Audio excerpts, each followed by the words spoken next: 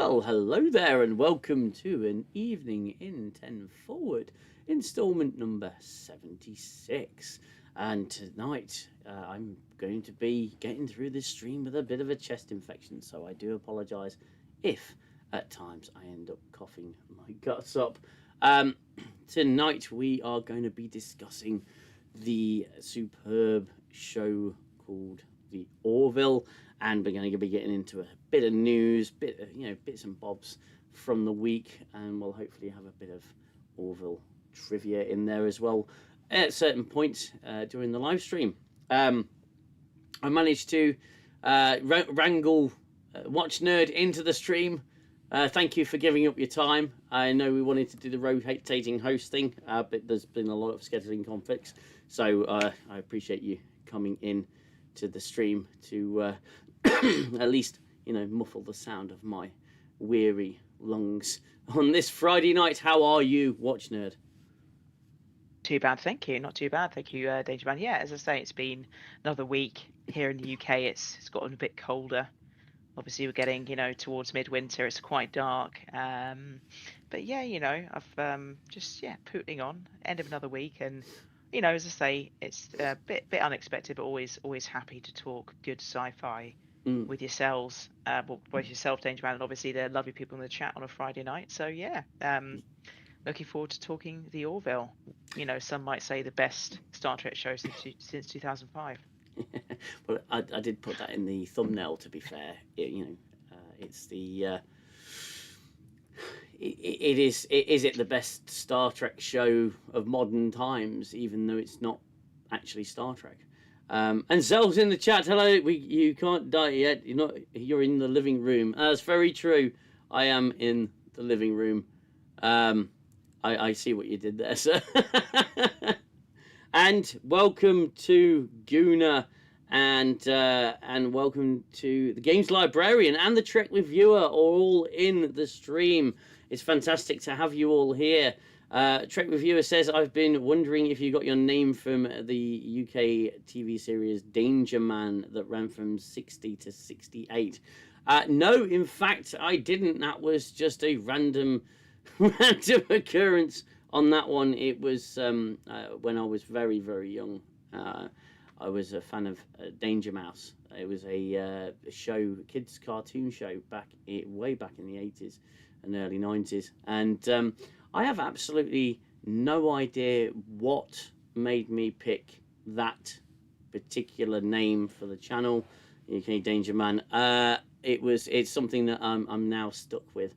So I am Danger Man, and that's what everybody calls me. So no, I couldn't actually. There's no amusing anecdote. It was literally just picked out of the craziness that is my brain. Guna, good evening to you. Good evening to you all, and good evening to you, Guna. And hello, Games. So sorry I could not join you this time. We'll definitely join you soon. Bless you, Guna. It's always a pleasure. It's not a problem, and I understand. I understand that everybody's got different things they need to be cracking on with. Not everyone can do a show every week. So yeah, it's good to have you all here. And well, there was a little bit of a release, I should say. Is it a release? It's a release of a piece of media. It's a poster for the upcoming show Starfleet Academy. And I'm going to put it up on the screen. I'm going to burn everybody's eyes, so if you don't want to see this poster, then I strongly recommend you look away, and I'm giving you plenty of warning. It's not for the faint of heart. It looks like they've all been animated in a classic sort of claymation style, certainly with their faces. Everybody looks frightfully plastic, and it gives a good sense of what this show is actually going to be, but also a very obvious sense of, well, this show is something pretty far removed from Star Trek. So I'm going to put it up on the screen. It's going to cover the entire screen, and I want you guys to be ready for it. So I really do apologise. I can't apologise enough for this. Here we go. I might as well just do it. Let's do it. There it is. Excuse me. So that's the poster that they've decided to release for Starfleet Academy, and you can see the young cohorts there, the young Starfleet cadets. I mean, honestly, Watchdog, is there anything there that looks even remotely Star Trek? No, it looks like one of those kind of teenage, the shows you'd watch when you're like a teenager, an angsty teenager, like Dawson's Creek. I don't know. Insert here. Yeah, it just doesn't look like a sci-fi show. I don't think it will be a sci-fi show.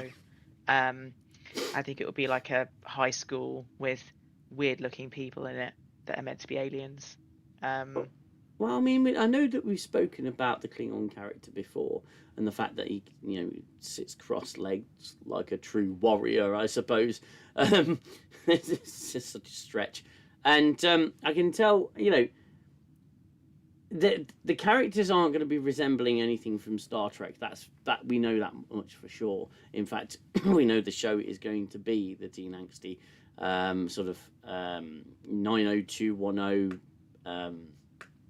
Dawson's Creek-esque television show, and it's set in a Starfleet universe. I cannot understand how someone could see the IP, the intellectual property that is Star Trek, and think that this was an appropriate way to go.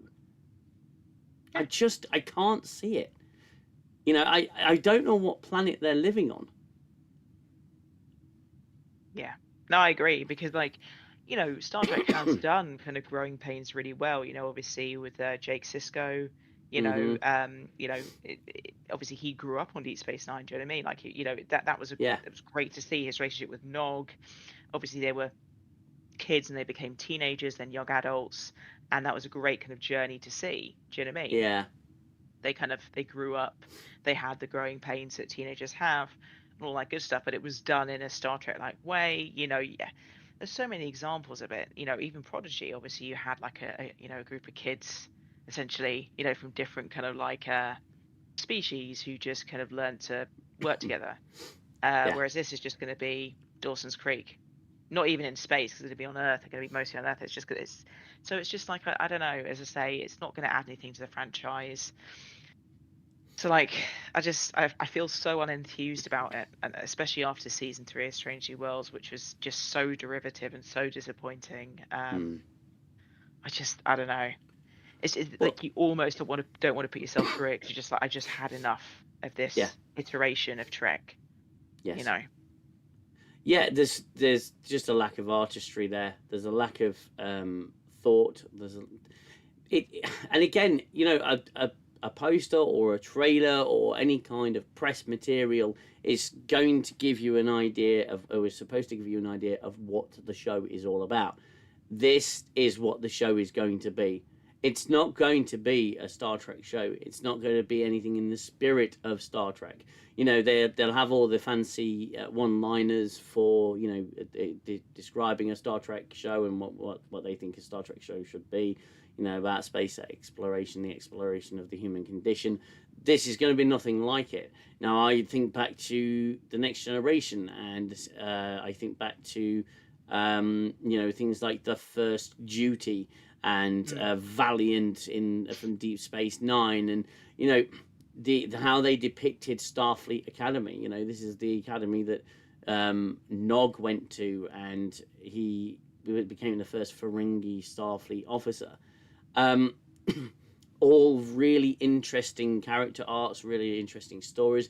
I don't think, if you think back to The First Duty, and obviously with not Tom Paris in it, but Nicholas Locarno and Wesley Crusher, and that was a story involving some pretty, I'd say, pretty standard facets of young people's thought processes.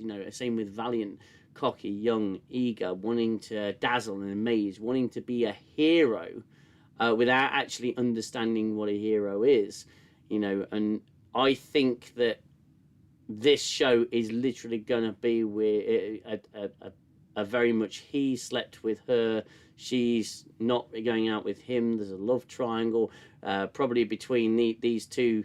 I think this is this girl in the white dress. That's probably the one that was shouting broccoli in the trailer.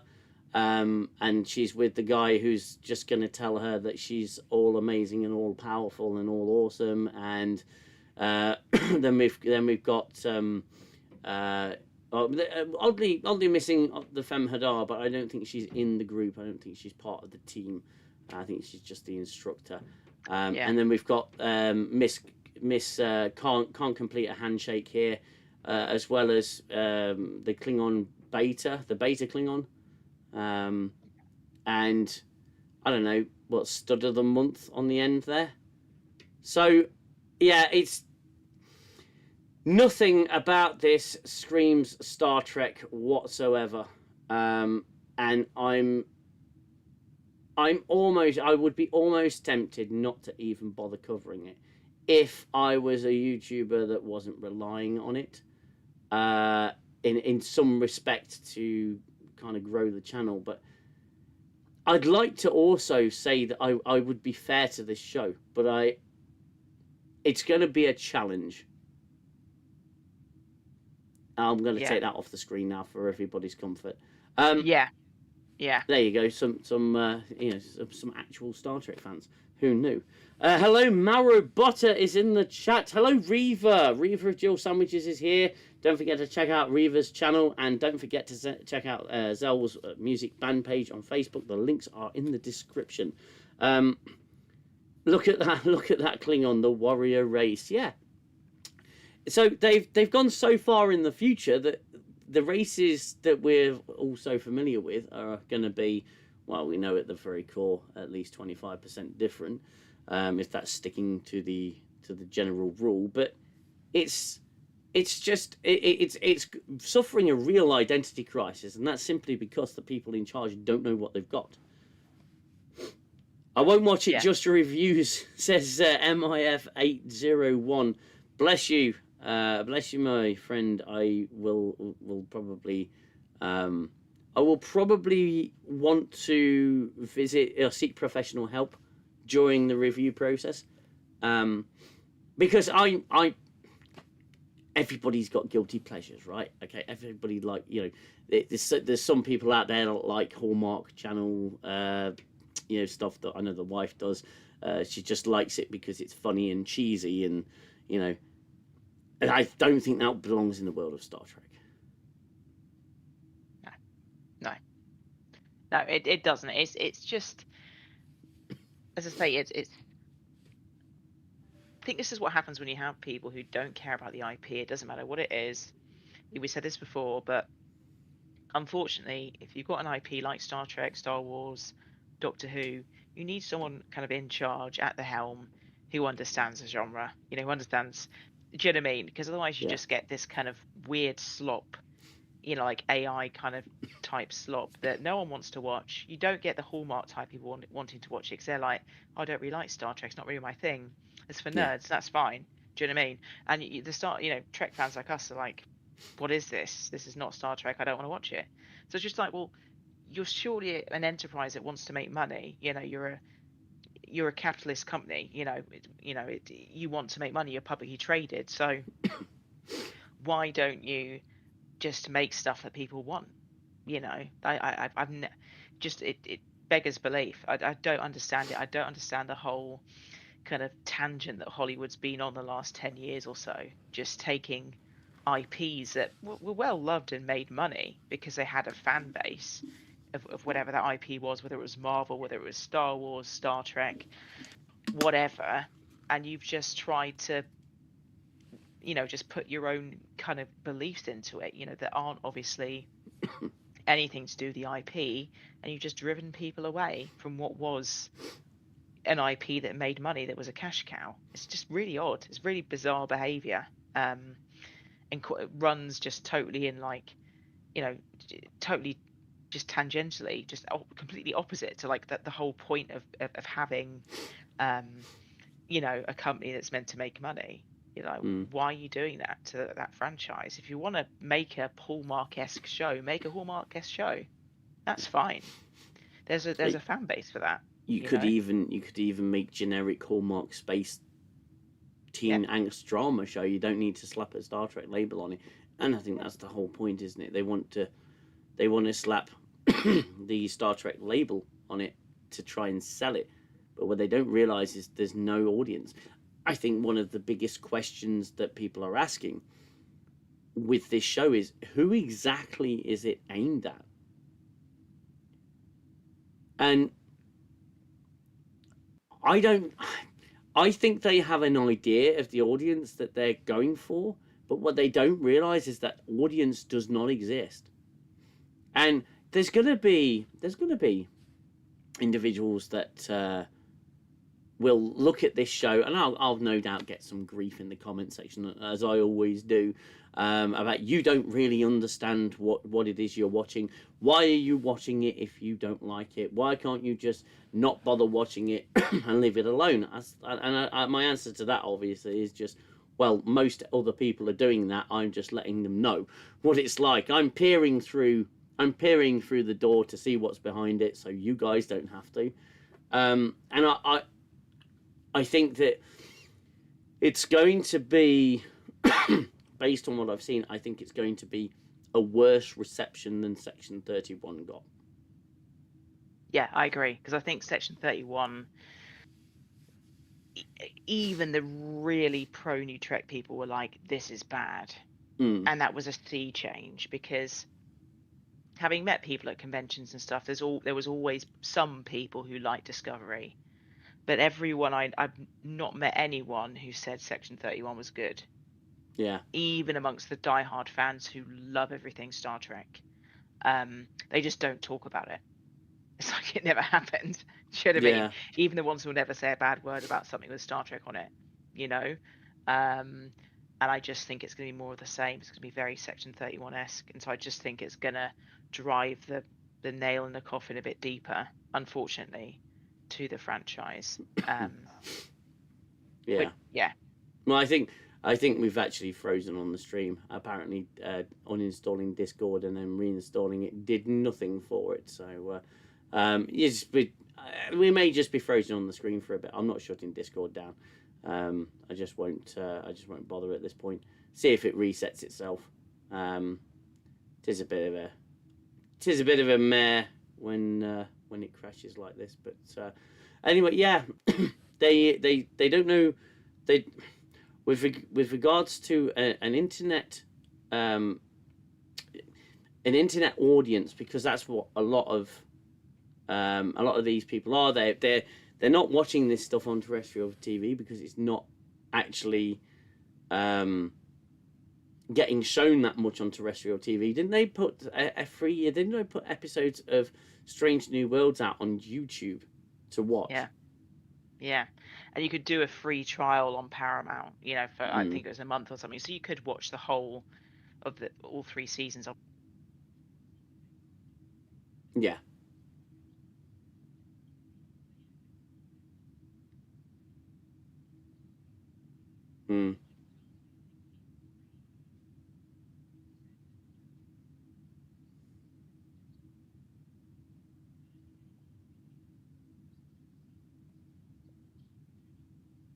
No.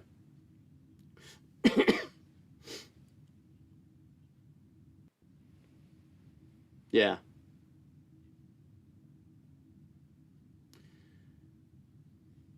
Yeah, we've disappeared absolutely 100% completely now. People don't watch regular TV anymore. No, we don't. We don't actually watch TV, regular TV anymore. At all, in fact. We're back now. Hold on. Let me just. There we go. We're back. Yay! I think it just has a freeze up every now and then just wants to reset. Yeah, people don't watch regular TV anymore. It's all about the streaming services, and I think this is where, obviously, in this country, they're going for licensing the streaming softwares. Certainly in terms of live streams that you're watching. So they're able to hide the viewing figures. Obviously, they don't have to release them. So they're able to keep these shows pumping out, but they're just losing money hand over fist. And the thing is with Star Trek as a franchise, a lot of Star Trek is merchandising, and that's what makes it so popular. Is the toys, the model kits, the memorabilia, the essentially the collectibles, the collectible industry. New Trek doesn't have that. It never got off the ground. People really aren't buying the New Trek stuff. I'm part of a lot of Star Trek groups on social media, and people are always posting about, they've bought an old model kit, or they've bought something that is related to classic Trek. And you look at the Lego set that's come out. It's the Enterprise D. It's the next generation. If New Trek was so popular and so well received, then they'd be chomping at the bit to get New Trek Lego sets out there. But they're not. They're focusing primarily on the older series because that's what people are buying. Money talks. It always has. If something's not successful, if something's not good, it's not going to make money. If it's not going to make money, it's not going to be successful. I'll just break to say, if you are new here and you like what we do here, please hit the subscribe button, and don't forget to hit the like button on the stream. That really helps the stream reach a new audience. And hello. I'm going to get some names mixed up. YouTube names are hard to read, man. Sir Pavlum, I believe, says hi. Hello to you. And Guna says Netflix have bought Warner Brothers. Price hikes, no doubt. Yeah, me and the wife were just talking about this before stream. It'd be interesting. We tend to think that streaming platforms are going to be the future. The cinemas are going to pretty much die out. I think cinema will then be sort of restricted a little bit to re-showing of old movies. That there'll be like nostalgia huts where people will go and see a movie just for the sake of feeling the good old days, and we've done that before with some of the Star Trek movies, as we've discussed last week. The beauty of seeing an old movie on the screen. There's nothing like it. And like we said last week, with the price of home cinema kits and everything coming down, it makes all the difference. But streaming wise, I think Star Trek, as we've said before, needs to stop. They just need to stop. What I think needs to happen, however unlikely, I'm not an industry person, I don't know too much, I've not done my research, I'm not, I don't, my career has not been in the movie and television industry, but what needs to happen is a complete clean slate, a break for a bit. You get in some people who know what they're talking about, who don't want to write their stuff, they want to write Star Trek. You need Star Trek writers, people who with passion and drive and have an appreciation for the art that is Star Trek. If you don't have that, you've already got a failed formula that's not going to produce the stuff that you want. And exactly. you look at in comparison, and we've said this before, that Star Trek has gone from the niche market to the normie market and has failed because you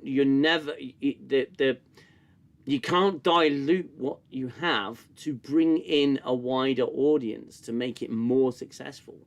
If you have Star Trek, which has always made money, it's always been pretty much a breadwinner for Paramount, and it's you keep firing it at that niche market. I always say, and I say this to the companies I work for, your bread and butter, the thing that's providing for you, you don't stop making it, you keep it going. It's the heartbeat of your company, and Star Trek has been a heartbeat of Paramount. It's been one of those vital systems to ensure that Paramount keeps going. And when they killed off classic Star Trek, they, yes, I actually agree it needed a break, but it came back as this reanimated corpse that is just fundamentally nothing like what we had before. Yeah, and for me, honestly, I would have rather it just kind of stayed dead, really. How much that kind of like pains me to say. Obviously, there's been, a couple of good things. Like I as I say, I really liked Prodigy. I thought it was quite sweet. But I think we still would have got the Orville without the reanimation of Star Trek. Do you know what I mean? Because obviously Seth MacFarlane's, that's essentially, as we said, his audition tape for being the Star Trek showrunner. Yes. So yeah, I just would rather it never had come back, because Discovery did a lot of damage. It was quite divisive. Section 31 really, I think, put the cat amongst the pigeons. And then season 3, Strange New Worlds, and then this new show. I don't know. People are just so fatigued now. Even as I say, diehard fans that I know, i.e. people that I know who've been to at least one convention, and that's not probably the only Star Trek convention they've been to. Do you know what I'm trying to say? Like, people who are very engaged, people who buy merch, people who will buy ships and whatever else, the people that they want to keep engaged with this franchise are fatigued. They've not even got around to watching season 3 of Strange New Worlds in a lot of cases. So it's just, that's paints you a picture. And the fact that they're just like contractually filling what they need to with the 5 seasons of Strange New Worlds, they're only doing 6 episodes. Yeah. It says it all. It's just like ticking the box. They're like, oh, look, we fulfilled your contract. Go. Well, that's it. And again, we're obviously going to be covering the Orville here in a bit. Yeah. What Seth MacFarlane's proven, I think, in his own way. And again, it's not Star Trek. It incorporates a lot of new ideas and new ways of doing things whilst retaining the original concept of a Star Trek style show. It enhances it, it adds more to it, takes very little away, and is easily recognizable as a Star Trek style show. So he's proven the formula works still. And the Orville is niche. Now, a lot of people won't touch the Orville because of it's Seth MacFarlane, and they're not a fan of his humour, his comedy. But one thing you can't deny is his passion for delivering Star Trek, because he's a Star Trek fan. And you find that with, I know Zell's talked about Terry Matalas. You see that with Terry Matalas and the work that he's done. And you see this pattern forming where real Star Trek fans write Star Trek. Whether it appeals to a wider audience or not, that was never the point. I know they got to make money, but they were making money because we were the guys that were buying the merchandise. We were the guys who were filling our shelves with, action figures, with play sets, with model kits, and comm badges, tricorders, phasers, props, and all this fantastically well made, durable stuff. And you buy now merchandise for Star Trek that's anything related to New Trek. It's flimsy, it's poorly made, it's ugly. There's no thought that goes behind anything. And Zell made this point with regards to them pulling in old designs from failed Star Trek revival shows, and and that's where Discovery was born. The ship was an old Enterprise Phase 2 design, I believe. Correct me if I'm wrong. Mm-hmm. It shows that they're like archaeologists trying to dig up Star Trek. They've come in and they've looked at this IP and they've gone, our experts have said that this is what their ship should look like. Look at these ancient artifacts, this drawing of this ship. This must be used. We must use this in the show because this is what Star Trek is. And then they've. I always used to joke with Star Trek Picard season 1. All they did was watched Measure of a Man and Star Trek Nemesis. It's like they that's all they watched and went, ooh, now there you go, and put them together, and then they had a season of a abysmal show. So they're not Star Trek experts. They're not Star Trek fans, regardless of what they say publicly. I don't believe that they are fans of the franchise, because fans of the franchise treat things with care and respect. Matt Stuttgart says, hello there, I love my physical movies collection. Cinema is nearly dead to me. Yeah, and I noticed that Michael Okuda had posted something on Facebook talking about the fact that he loves the idea of streaming and it's the convenience behind streaming, and I think I agree. I think it's great, but he says there's nothing quite like owning a physical copy of something. The detail and the love that's put into the artwork on the covers. We've spoken about physical media many times on this channel. The old Buffy box sets, and the Firefly box sets, and I've got the Alien quadrilogy, and it's a beautiful piece of media. I've got a special edition Terminator 2. I've got the Criterion edition of RoboCop, and they're just lovely, wonderfully presented pieces of media. And that's the beauty. They can't be altered. They can't be changed. The licenses on them may have run out, but you can watch that version, and it's ever unchanging. It will not change. It's a physical piece of media that's burned into a disc, and it can't be altered. Streaming services, they alter stuff all the time, and quite frankly, I'm getting sick of going back and rewatching stuff that has changed just because they lost the license, and now they can know, because they're rebroadcasting it, they can't use that same license. So I'm on board with Michael Okuda there, because he's made a very good point. Yeah. It's just you can't. It's like old PlayStation 1 discs and PlayStation 2 discs. I made this point in a comment that I put back. You can't change those. They are once a disc went gold, that was it. It was burned, and it burned into the disc, and it went off for mass production. And any spelling mistakes, any graphical glitches, you were along for the ride. They couldn't patch it out, and that's the charm. You could apply the same logic to Star Wars, the original trilogy. And I think there's a guy who does like demasters of the original trilogy. You've got those 3 films now somewhere on VHS, on a pre-recorded VHS with all the adverts included from the early 90s. Have got the pre-special edition movies, and they are in their original condition, their original glory, and there's something to be said for that retaining that. And I mean, I'm segueing a lot, but my art teacher, the person who taught me to paint, she says, never fiddle. Once you've finished, don't go fiddling, because it changes what you've done. Now, and you spend forever perfecting it, and then it will become so different to what you originally did. It's the same. Well, it's the same with physical media. Well, it's the same with streaming services. And I am getting a little concerned that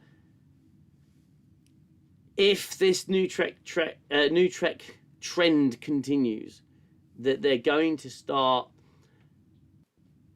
doing a more extreme version of what the guys did with the original series when they went in and they remastered a lot of the footage and updated it, modern graphics. They put in stuff that looked really out of place. Bless their hearts, they were really trying, but it didn't look right.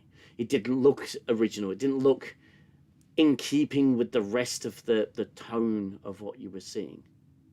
So they were altering it too much. And I think that New Trek, if it continues, would probably start doing that. And suddenly on streaming services, certainly Paramount Plus, we'd be seeing altered versions of the Next Generation in keeping with New Trek, which is not what we want to see. We don't want to see that.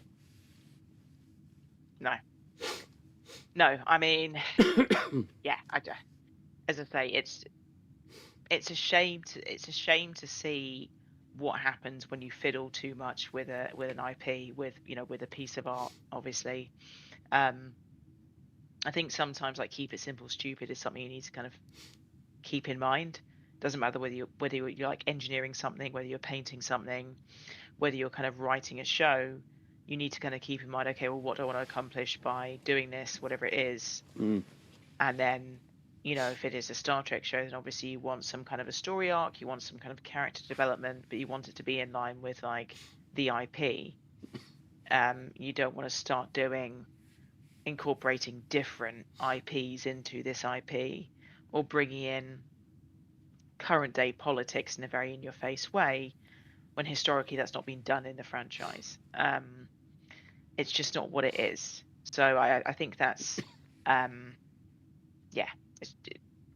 it is what it is. We've had 20 years of this. Well, I guess technically 16, because obviously Star Trek, the new Star Trek kind of first movie came out in 2009. So basically, 16 years of this kind of revisionist kind of style Star Trek, if you want to call it that. I don't know what you want to call it, but 8 years, I guess. Well, it's revisionist retconning Star Trek. It's been retconned on a massive scale, and suddenly Spock's got a sister. And we go, actually, your character, and I've always said this really annoys me, is when they go, your character was only amazing because look, our character taught them everything that they know. And the latest version of that is Pelia. I taught Scotty everything he knows. Why would you do that? You've got these fantastic actors that played these characters. They birthed these characters. They guided these characters. They brought these characters to life. And then you have the hubris of the New Trek guys coming in and saying, "Oh, we've decided that your character was, only amazing because, Burnham taught Spock everything. Burnham managed to save Spock, and awful. Yeah, I mean, the Pelia thing is the worst. Excuse me. It's all good. You take. I'll speak for it. Don't worry. No, it's the fine. Pelia thing is the worst because Scotty is such a classic character, and she is so annoying as a character. That God, she's awful. She's awful. Yeah. I mean, Hemmer was great. Hemmer in season 1, loved him. He was a great character. They kill him off. And they bring that person in, and I'm just like, what is this? And she's got a whiny voice. She's annoying. The character isn't likable. She tells people what to do, even though she's a complete moron herself. I'm just like, I can't. And her dialogue, I'm just like, I can't. This is just painful to watch. I don't think there's a redeeming factor. There's not a redeeming quality about Pelia. No. And again, I mean, I was really on the defensive when I first saw Hemmer, because I was like, oh God, he's another straight talking, And then I think this is why initially I was against Captain Shaw, because there was something sort of blunt and bland about them, and they were talking to other characters with, in a bit of a crass manner, which again Star Trek majority of the time didn't do. But then suddenly we had this influx of all these different types of characters that were all pretty much the same variant of a or offshoot of another character on the show. And Hemmer came off as really abrasive when you first meet him. And unlike any other character in that cursed show, Hemmer grew on me. Yeah. And it was like they have moments, don't they? Moments of clarity where they know how to write a character, and then they just it's honestly like someone's just cheekily slipped a character in, and every time they figure out, oh, they like this character, but we don't like this character, they kill them off. I know, it's insane. It's like Lorca in Discovery. I mean, I gave up in Discovery in season 1, as I've said many times before, but he was the only redeeming quality about season 1 of Discovery before I gave up, and then obviously watching season. He was season. I think it was season 1, because I only watched season 1. Lorca. Sorry, I thought we were talking about Emma. Lorca. Lorca. No. Yeah, Lorca. Discovery. Lorca. Yeah, was, I only watched season 1, so I know great. he's in season. I only watched season 1 because I gave up. I don't think I even finished season 1. I don't know, but it was somewhere in season 1 I gave up watching it. Yes. He was at least an interesting character, but everyone else, I found Burnham very unlikable. Mm-hmm. I found all the other characters always. If you could remember the names. I just don't care. I was Well, totally indifferent to them. I was like, so I don't care about these people. I can remember from the first season of Discovery. I can remember, obviously, Space Jesus, who, all praise the Space Jesus. Fraser, yeah. There's only one Space Jesus, we know who that is. And Lorca, obviously. Mm-hmm. The not evil version of Georgiou, which she was a really interesting character until they killed her off, of course, because they had to make way for bonkers Burnham. And Saru. Yes. Yeah. Of course. And that's it. Now, that's already quite, you're already well on your way to an ensemble cast there. But it just went off the bloody rails. I mean, it was barely holding on to the rails for the first season, but it went off the rails after that. And it became unrecognisable. By season 4, they had a crew together, and you didn't know their names. Yeah. You didn't know their names because all the focus was on Burnham and Buck, and they gave more dialogue dedicated to that damn cat than anything else. And that's hilarious. It's like when it made me crack me up because in season 4, I think that's the season with the giant space hoover that's gobbling up planets, and it's unnamed species 10C, which is a complete oxymoron in itself because it's unnamed species 10C. It's like, well, you've just given it a name. So it's by default, it's not unnamed anymore, but, moving on. Yeah.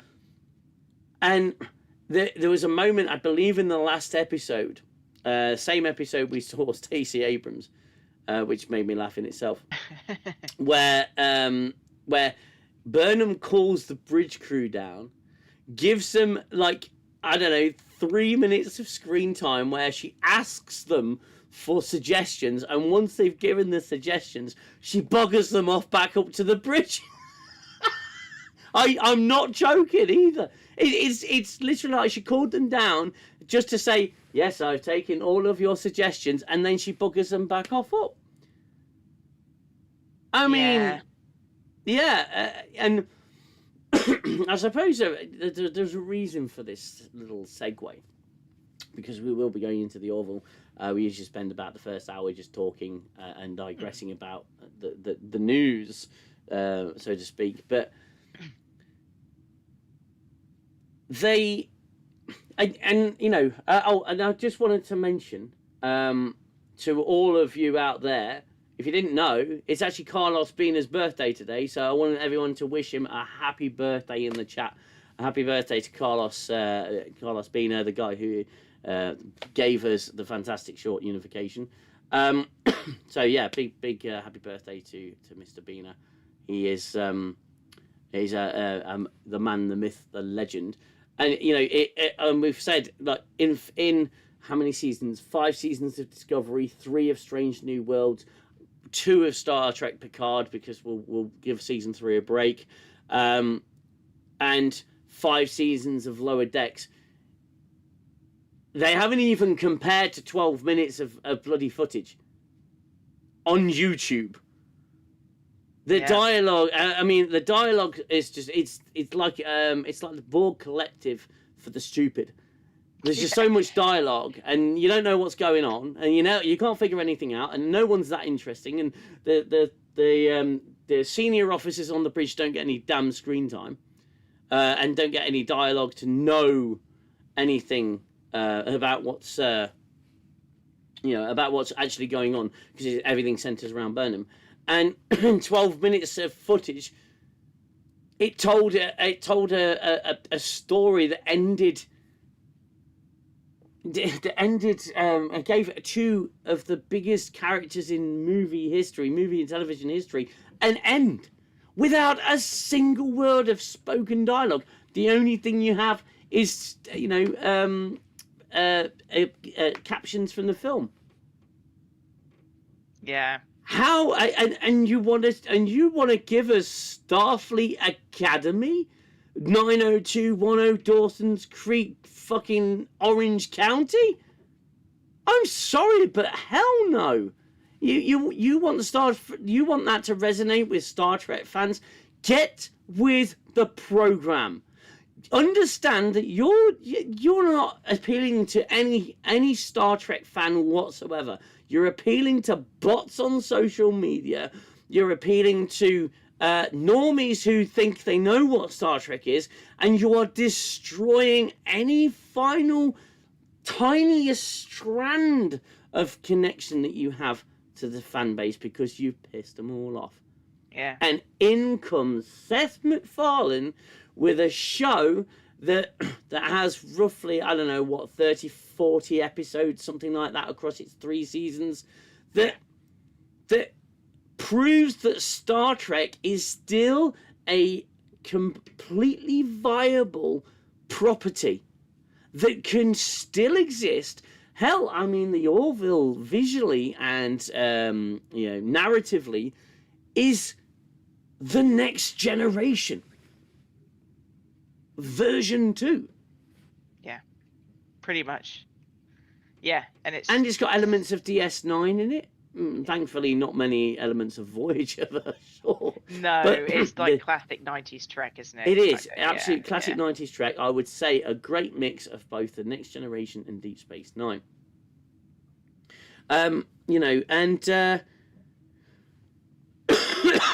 Excuse me.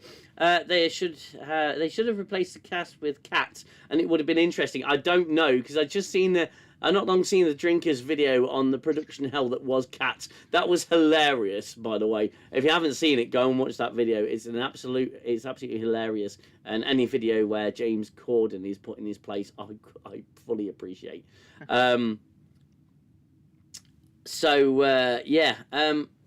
I've missed a few comments, obviously, with the rants. So bear with me one moment. Let me pull these comments up.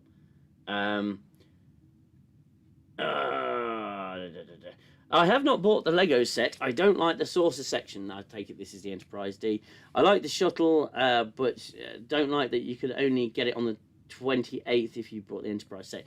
Yeah, I can't say I'm massively impressed with the Lego Enterprise D. I'm somewhat underwhelmed. But I do like what certain companies have done. They created lighting kits for it. So you can actually build it and then light it up, which is nice. But I think that the kit's a little bit rough around the edges. I think they probably, considering, you got the Millennium Falcon, Lego Millennium Falcon, I think they could have made it look a bit better. But, that's just me. Sorry.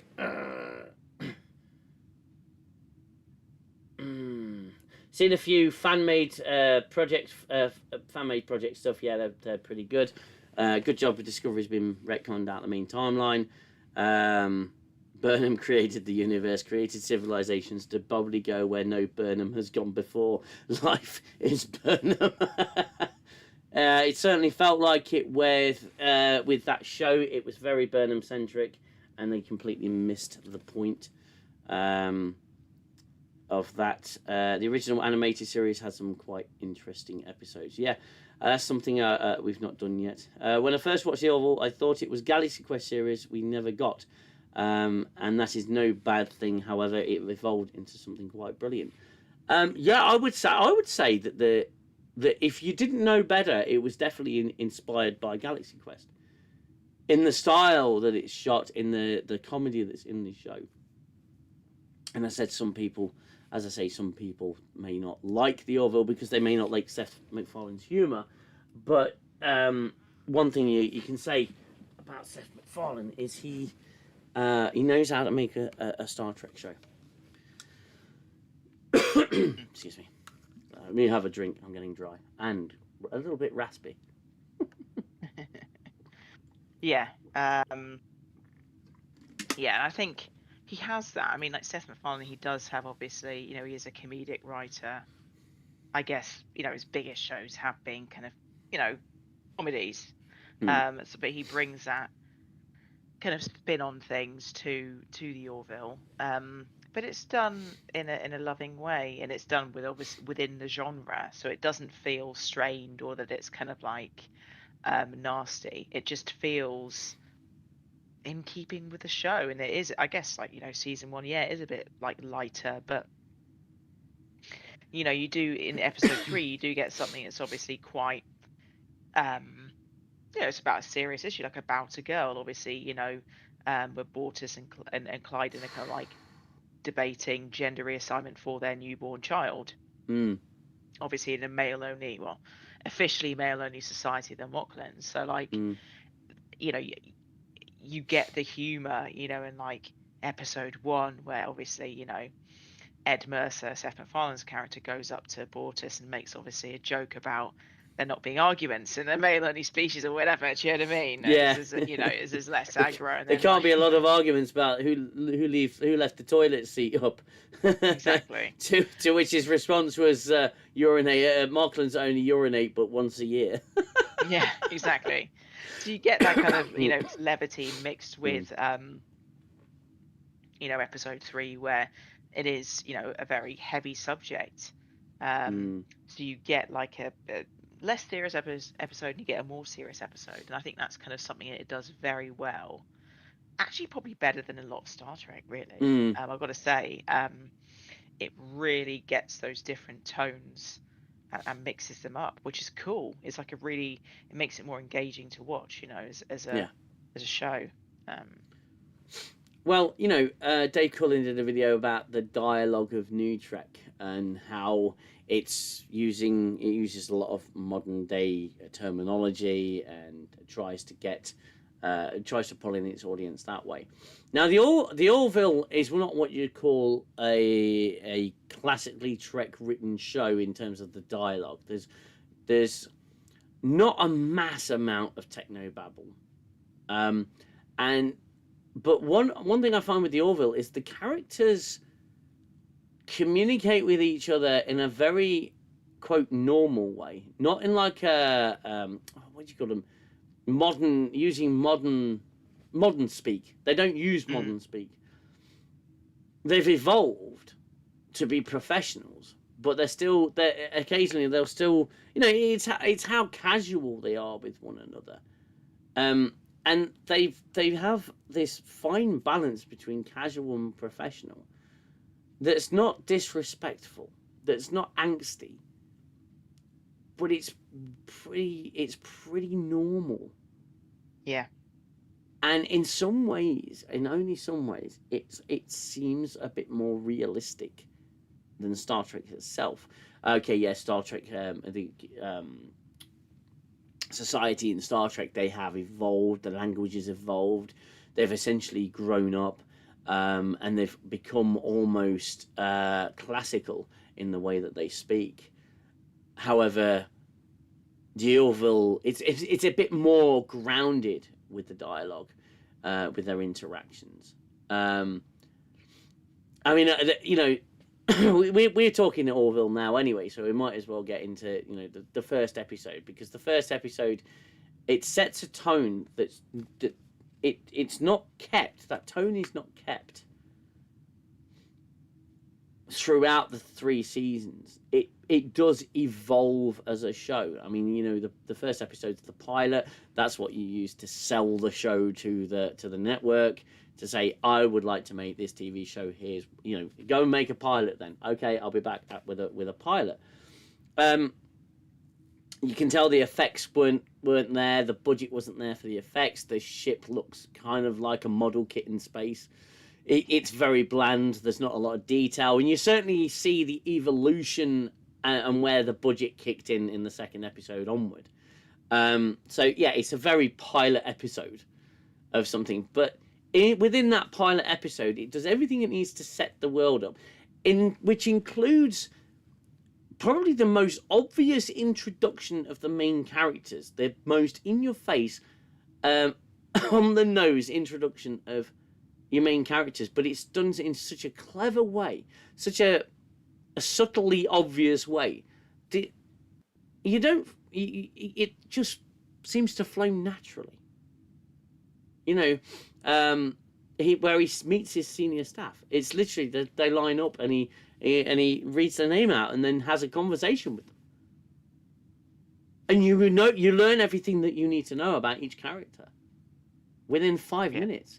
And again, there's going to be, I'm sorry guys, but there will be a lot of comparisons between the Orville and, say, Star Trek Discovery, because after 5 seasons we still don't know half their names.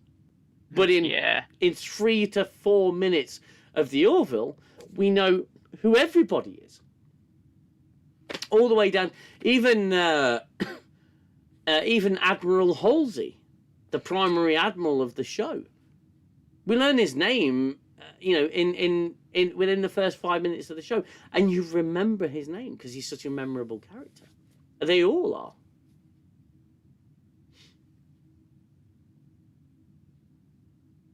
Seth MacFarlane started on the Cartoon Network on a few Johnny Bravo episodes. That's an interesting bit of trivia there. Brilliant writing and stories in the Orville, in contrast to Kurtzman Trek. Yeah, and that's where I was sort of heading with that. The comparisons are real. Guna says, I love the way it started as a parody, which worked, but it realised it could be so much more. Yeah, and it did start very Galaxy Quest-esque, didn't it? There was a lot of humour in the first episode, and it almost got its own sense of identity. Yeah. Yeah, exactly. And then yeah, exactly. And there was something refreshing about it. He proved that you could put comedy into Star Trek and make a Star Trek comedy. Now, again, in contrast, they are looking to make a Star Trek comedy series. We've heard. I can't imagine Kurtzman Trek comedy. I don't think it will happen after what will happen after, Starfleet Academy season 1. I think on the balance of probabilities are going to be bad. Okay, no one wants to see it. No one's looking forward to it, especially after Section 31 and season 3 of Strange New Worlds. So I think, unless something crazy happens, which, hey, this is the current day, it might do. Unless people love Starfleet Academy season 1 for some strange reason, then I don't think this other show will ever get made, because they'll be like, oh, this is Section 31-esque reception. Should we even release season 2? Yes or no? Do you know what I mean? That will be what they're talking about in the boardroom. It's not going to be like, let's make more shows that no one wants. Yeah. I mean, I don't know enough about what's going on with Skydance and the merger and the future of Star Trek per se, and I'm not in the mood for rumors. I don't listen and pay attention to rumors because there's just there's no point, and unless you get the cold hard facts, there's absolutely no reason to propagate rumors. However, I think you're right, and if I was in charge over there, I would be going clean slate. Yeah. I would take the hit financially, get Kurtzman out of Star Trek, because he's proven time and time again he doesn't understand what it is. And I will probably spend every stream mentioning the fact that that's what he told us. You don't understand what Star Trek is. But he doesn't know what he's got. He doesn't know how to run the show, run the IP. So get him out. I would probably vault a lot of New Trek. Yeah. Although it would be such a monumental loss. In essence, I would probably use the last episode of Strange New Worlds to rip it out of canon completely. Like, completely ripping it out of the main Star Trek timeline. By having Pike survive. Pike not get turned into a Star Trek Dalek, essentially. And I would have it so this, I would do very much what Lower Decks did, and have it so he was, the entire universe is set in a completely different timeline. Now, Lower Decks did do that, and it's hard to interpret it in any other way, but that's what I would do. I would make sure that it's very clear that this is a very different type of Star Trek. It's not set in the main universe, and I think you leave it then for at least 2 years for the dust to settle. You focus on your marketing for the merchandise. You say, right, okay, look, we're going to give Star Trek a rest, but what I want to do is I want to try and reinvigorate the fandom. I want to try and speak to the fandom. I want to approach YouTubers. I want to approach people who are talking about Star Trek. I want to see what's going. I want to do some market research, but I definitely want to put that bloody merchandise back out. I want to get Star Trek micro machines back out there, brand new ones. I know I don't want to push the new Trek stuff. I want to push the older Trek stuff, because and it's like, going back to the Orville, because that's obviously what we're talking about. The merchandising for the Orville is shamefully lacking. You can't find a lot of official merch out there for the Orville. Yes, you've got until fairly recently you had the what are the ships called, the model ships. I don't think they do them anymore. Eagle Moss. Yeah, Eagle Moss. You had the Eagle Moss. I've got the Eagle Moss Orville shuttle. It's fantastic. But the Orville is lacking a lot of merchandise. It's very difficult to come, and very hard to come by. There's no Orville model kit. And what they have is a gold mine in terms of the niche market that they're going for. So why not pump the money out? People will buy it. They will buy it. It's a popular show. The Facebook group, The Orville, has 84,000 members. That's not small for a Facebook group. The majority, of people who are on Facebook, 84,000 members on a Facebook group. There's a hunger for it. So what are you waiting for? I don't get it. Watch Nerd, help me out. I don't understand it. I think part of it is, so originally it was a Fox show, right? Because obviously Seth MacFarlane has historically had a relationship with Fox, obviously commercial relationship. I'm guessing there's a contract as well. Mm-hmm. I don't know how those things work. I don't pretend to be an expert in such matters. And so I think they are probably less au fait with the whole sci-fi merchandising thing, because obviously Star Trek's historically been owned by Paramount. Obviously the merger is going to be owned technically by Skydance, but you know what I mean. So maybe that's a thing. I'm just kind of trying to think logically, and that they're just not as kind of up for, let's spend however much money it costs to kind of upfront make these models and then kind of put them up for sale. Do you know what I mean? Because they're just not familiar with that particular way of making money. Do you know what I mean? Yeah. Because Fox hasn't had shows like that really. That might be one. The other one is, to be fair, because of the fact that Seth is a busy man, he has other stuff on, obviously, as we all know. I think there were kind of longer than usual between the seasons.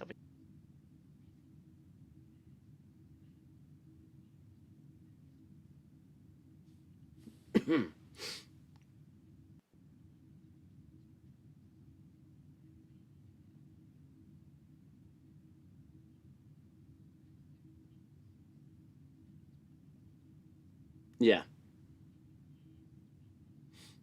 Yeah.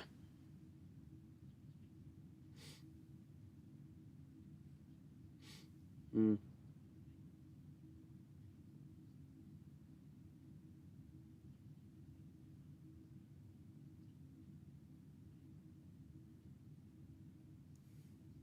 We did disappear again. Don't worry about it. I'm working on it in the background. If we come back up, we come back up. But I can easily solve it. It's absolutely fine. It won't affect the stream. We can still hear us. I take it. Can still hear Watch Nerd. I can still hear Watch Nerd. Are you speaking, Watch Nerd? Wait, I've possibly lost Watch Nerd. Oh dear. I think it's time to get a new PC. I've got to save some money and get a new PC.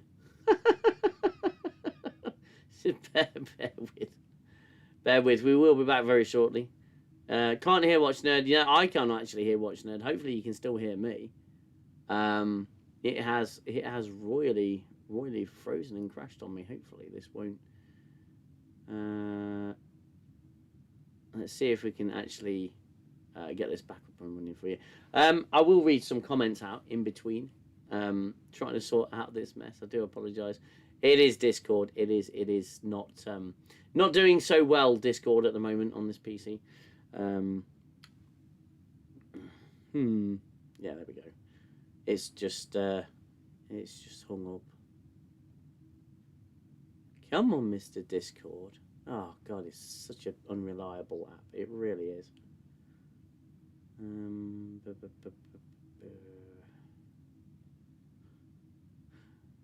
And now it's Dangerman. Technical issues. Dangerman has left the Discord. Well, yeah, like I say, hopefully you can still hear me. My mic is tied directly into the streaming software, so oh dear. And Discord is not starting back up. Yeah, this is going well. These are Internet Issue Global this evening. Yeah, but this has been a recurring thing every week, Librarian. Every week I'm having problems with Discord on this damn PC. And the thing is that I can't actually reset the PC, so I can't actually get Discord back up. It's completely gone. Let me see if I can resolve this issue. I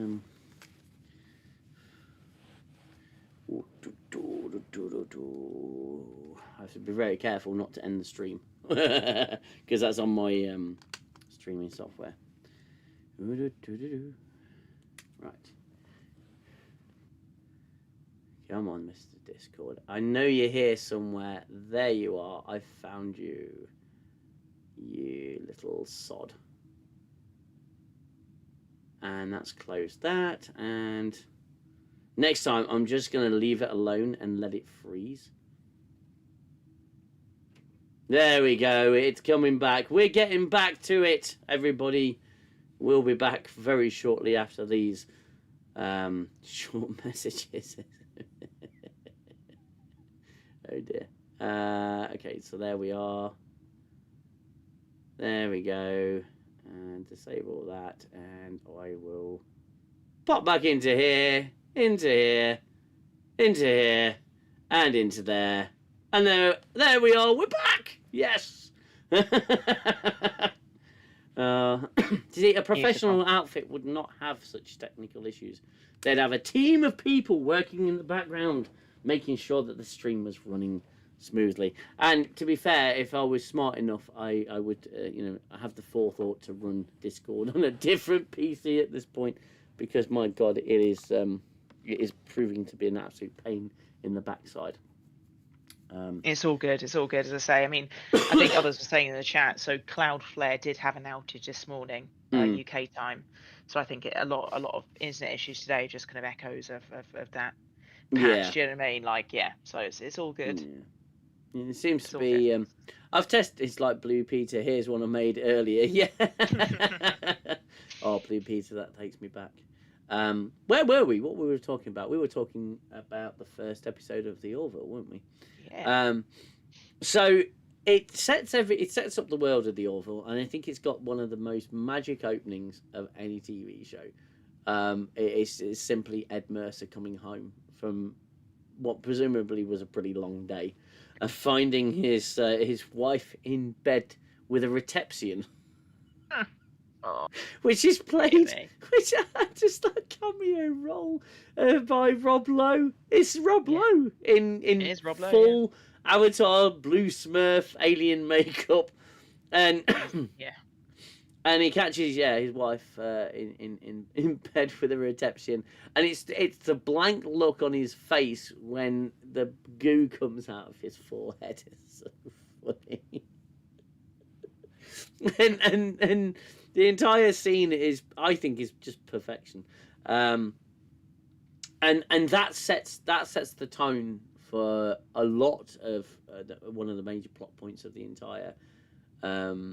I think the entirety of the first 2 seasons, because they don't cover it too much in season 3. It's the Russian bots man. Yeah, to be fair, it probably is the bots man. So yeah, it does set the tone. I think Ed's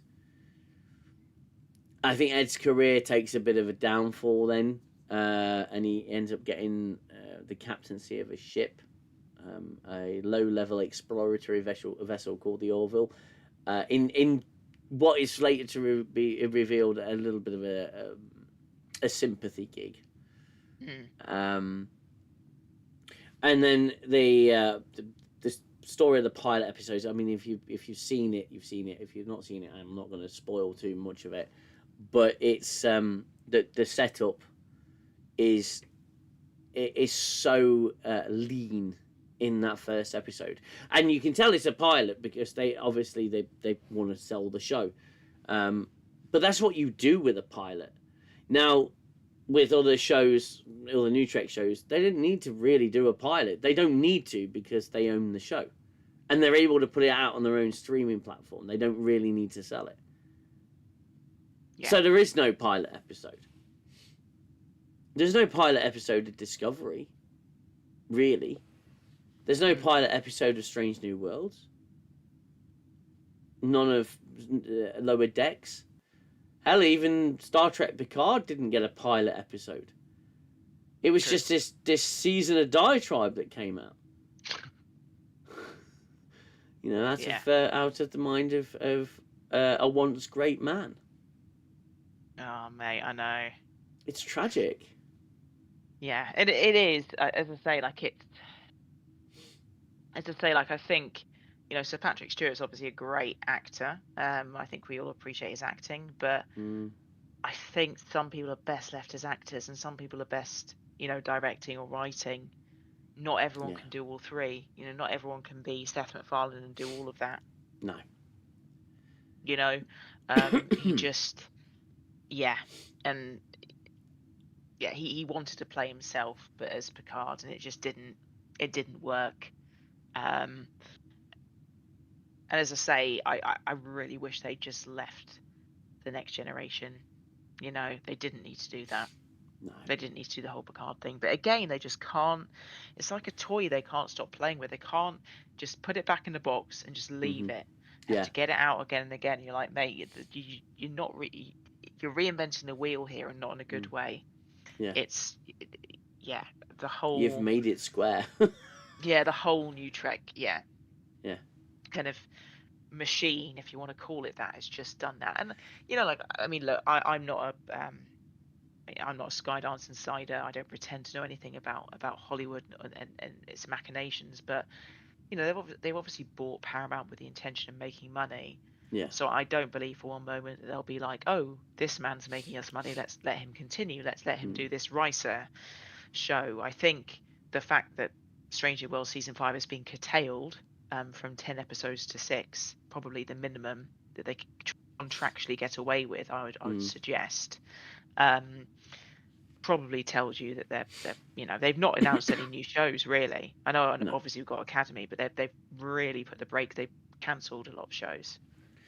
And it's probably, as you said before, the second series of Academy is probably it's probably a result of contractual deadlines.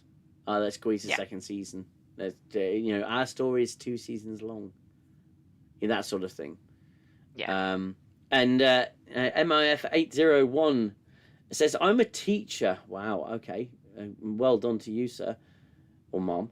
It is, and use parts of the Orville episode Majority Rule to teach kids about the topic utopia dystopia.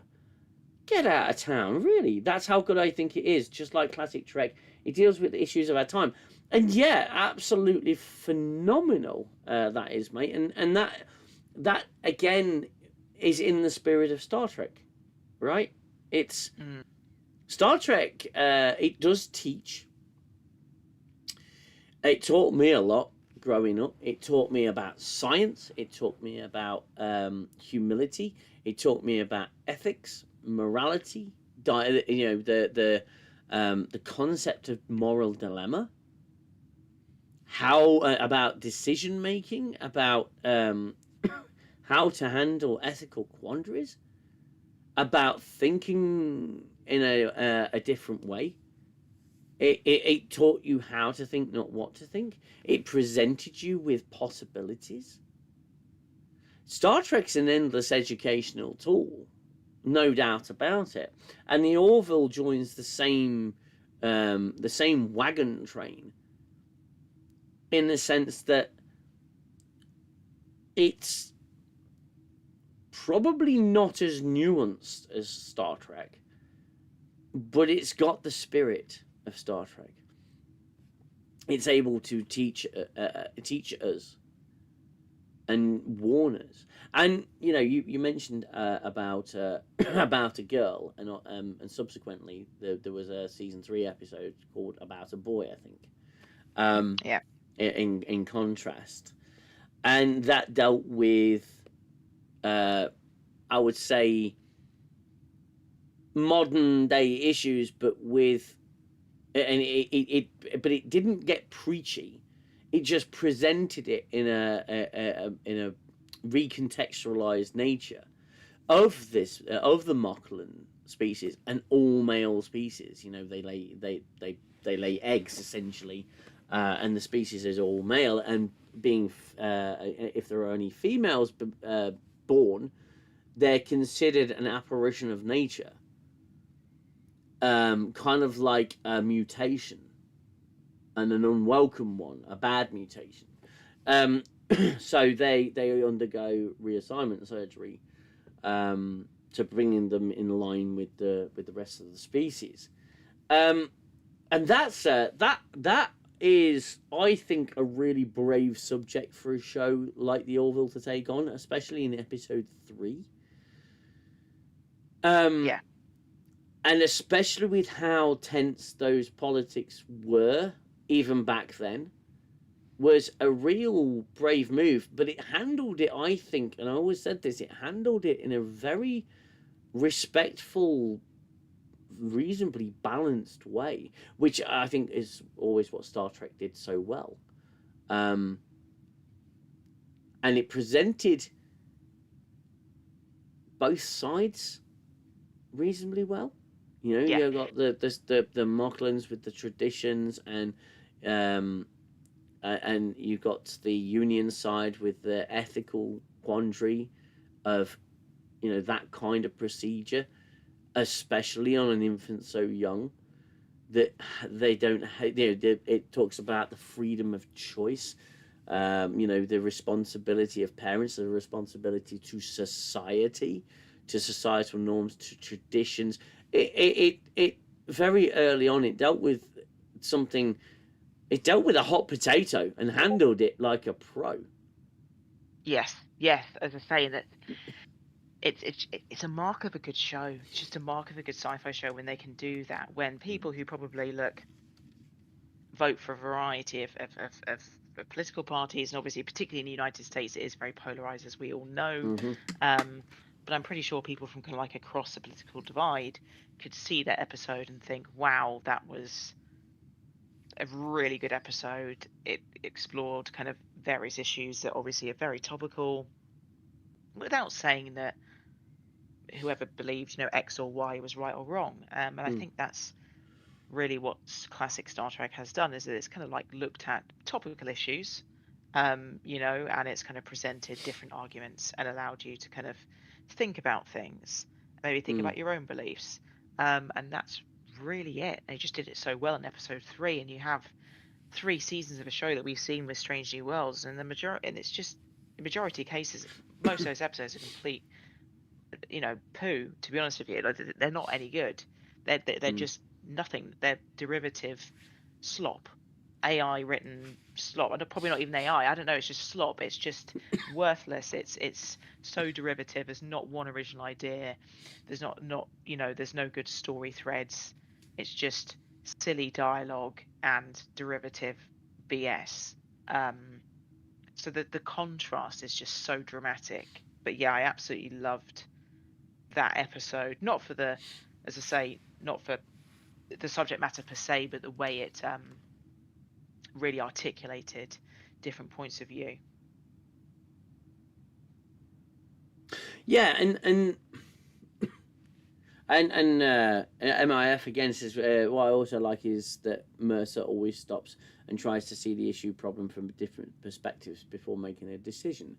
Yeah, and everybody's opinion is respected because everybody's got a different, coming at it from a different angle. And again, it contrasts to the way New Trek is written. You've got your browbeaters who stand on their moral high ground and browbeat others into their way of thinking.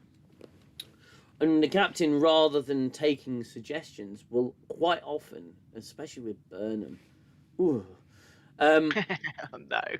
And they got like Erica Ortega's "I Fly the Damn Ship," and you're gonna freaking know about it every episode.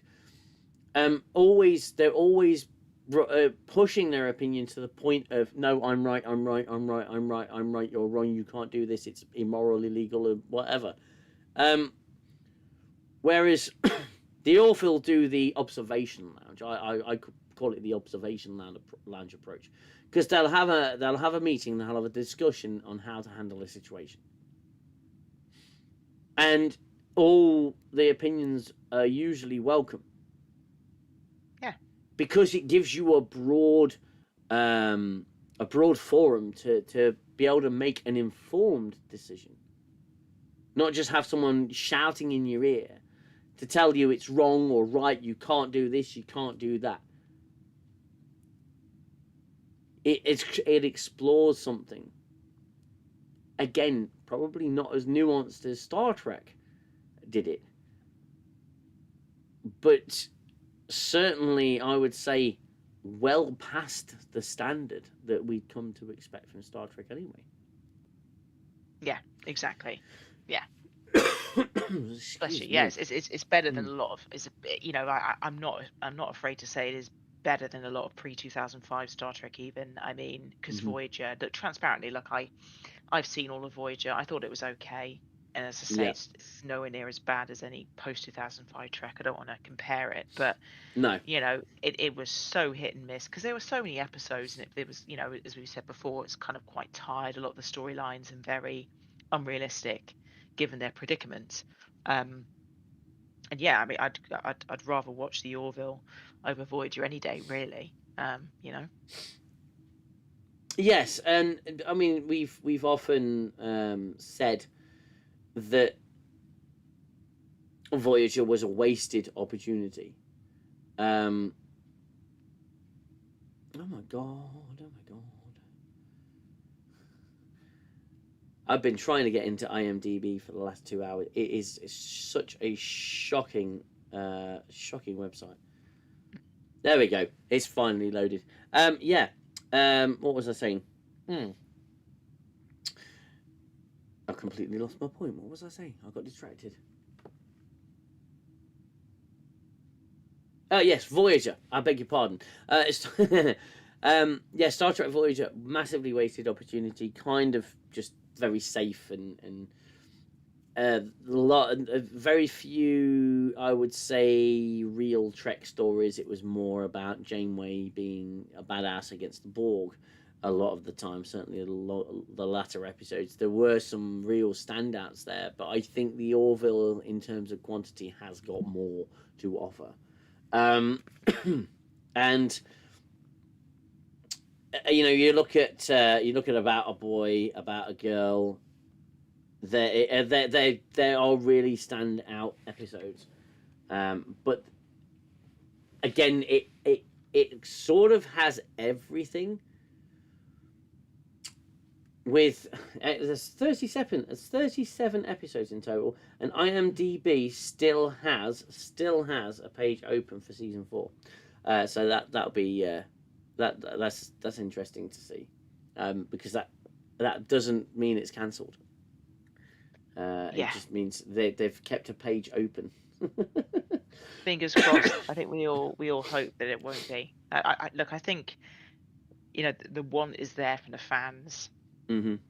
It's just that, unfortunately, you can't do 5 things very well at once. You need to do. That's just life, and Seth obviously has A lot more a lot of going on. stuff on. Yeah, yeah, Yeah, and I get that. I understand that spinning so many plates can be very challenging. But it also the stars have to align and people have to be available to come back for it. yeah. And not everyone's going to be available, and that's a real shame. But in the same, I've been having this same sort of argument with myself with regards to Firefly. Oh yeah. Firefly was 14 episodes, I believe. 13 or 14, I think it's 14 episodes before it was cancelled. And those 14 episodes, every single one is brilliant. Every single one is fantastic. Would I want to see more now? Probably not. Because those 14 episodes were great, and the movie Serenity. And I am going to do a stream about Firefly, no doubt about it. And I think it would be a really good stream to do. The movie Serenity was fantastic, and it was a great way to close the show off. I'm not sure I'd want to see any fresh new Firefly. I think it's very, very well condensed, very fulfilling experience. Like it is, it's undiluted. It's full strength, and it's really a great show as it is. I don't think I'd want to see more. And I'm beginning to have the same argument towards the Orville, because the 3 seasons that we did get, I think season 3 was as good as season 2. So I think season 2 was great. I think season 3 was equally as good. I don't think it surpassed season 2. No, it was different though. And I did kind of like the Claire and Isaac kind of relationship developing. I thought the end of season 3 was nice. It kind of brought everything not to a nice ending, but I thought, okay, if this is going to be the end, then I think that's kind of a nice way to end it. Do you know what I mean? Yes. Like, well, they brought back certain characters as well. Yeah, exactly. Yeah, there was a bit of closure there. Yeah. In case they didn't get another one. And it's an expensive show to produce. Like I say, a lot of the actors they're big names, really, in the TV world. and a lot has to come into play in order to bring it back. And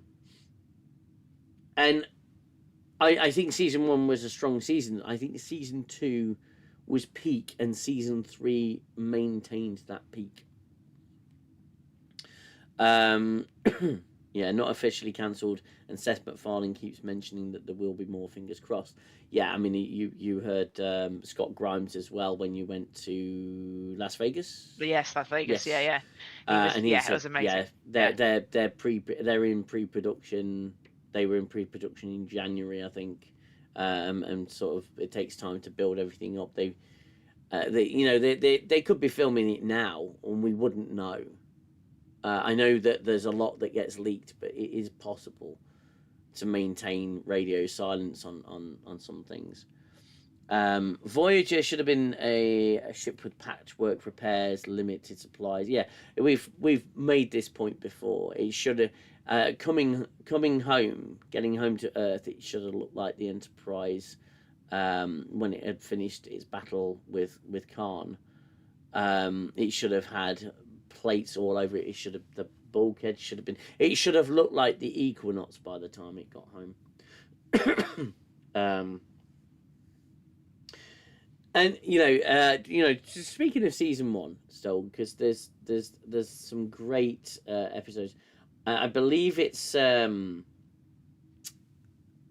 think it's called New Dimensions, in which it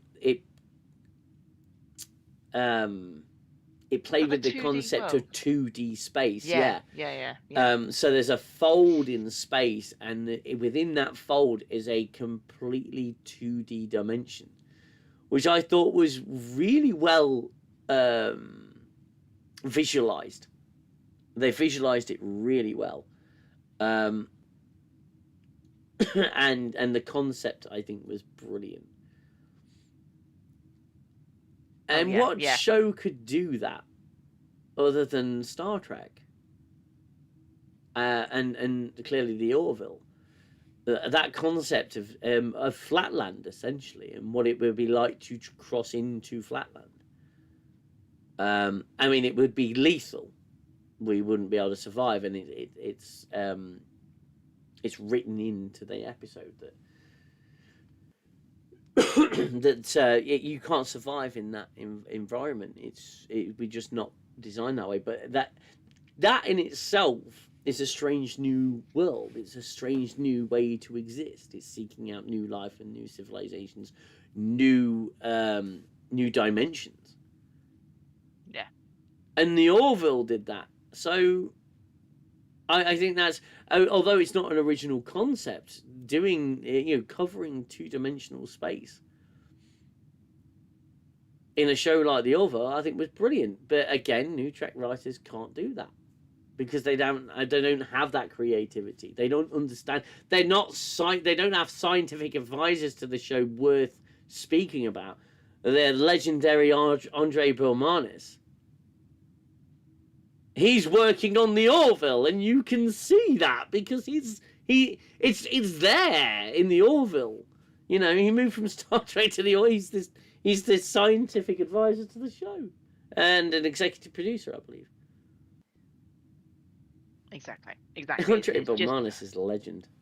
Yeah, there's just a different caliber of person, I guess. Because you have a lot of the legacy Trek kind of like folks that we know and love who were involved with the Orville, and who obviously would be involved if there is going to be a 4th season. And it's just that mark of quality that's there, that is like classic 90s Trek. Like, as I say, the Orville is something that I'll watch when I'm like, I really want to watch some Star Trek. I'll think of the Orville. Yeah. So yeah. I think for a lot of us, it's kind of like a comfort blanket, because I think the first season came out, well, definitely during maybe one of the first couple of seasons of Discovery airing. Mm-hmm. So I think for a lot of Star Trek fans, as in legacy Star Trek fans, it was probably like a bit of an antidote to this venom that was just being injected, into your system. You're like, what is this? What is this? this is not what I remember. What? You Mm, know? yeah. But that's how it was for me. As I say, because I said this before, but like when I watched season 1 of Discovery, I just thought, do I misremember what Star Trek was like when I was a child? I was like, maybe I do, because it had been a few years since I'd Mm, seen Star Trek, had just life and whatever. But I was thought, oh, I'll check the new show out at the time. And then obviously I went back actually and watched Deep Space Nine. And I was like, no, it's just this show is terrible. Discovery's terrible. So it kind yeah, of got me back into Deep Space Nine and Legacy Trek, kind of ironically, I guess. So that was a and good thing. isn't that telling? You know, Mm. when you it made you question whether or not you remember, whether or not you remember Star Trek being that good. Yeah.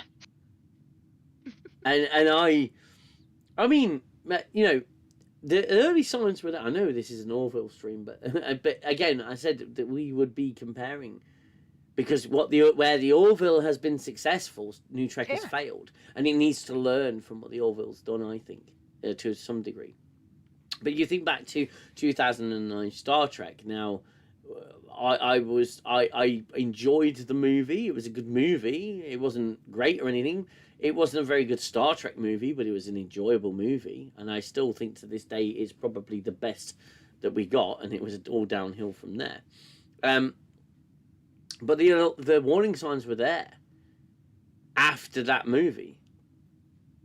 Because when they said, oh, they want to appeal to a wider audience, it's like, no, death nail, red alert, excuse me, no.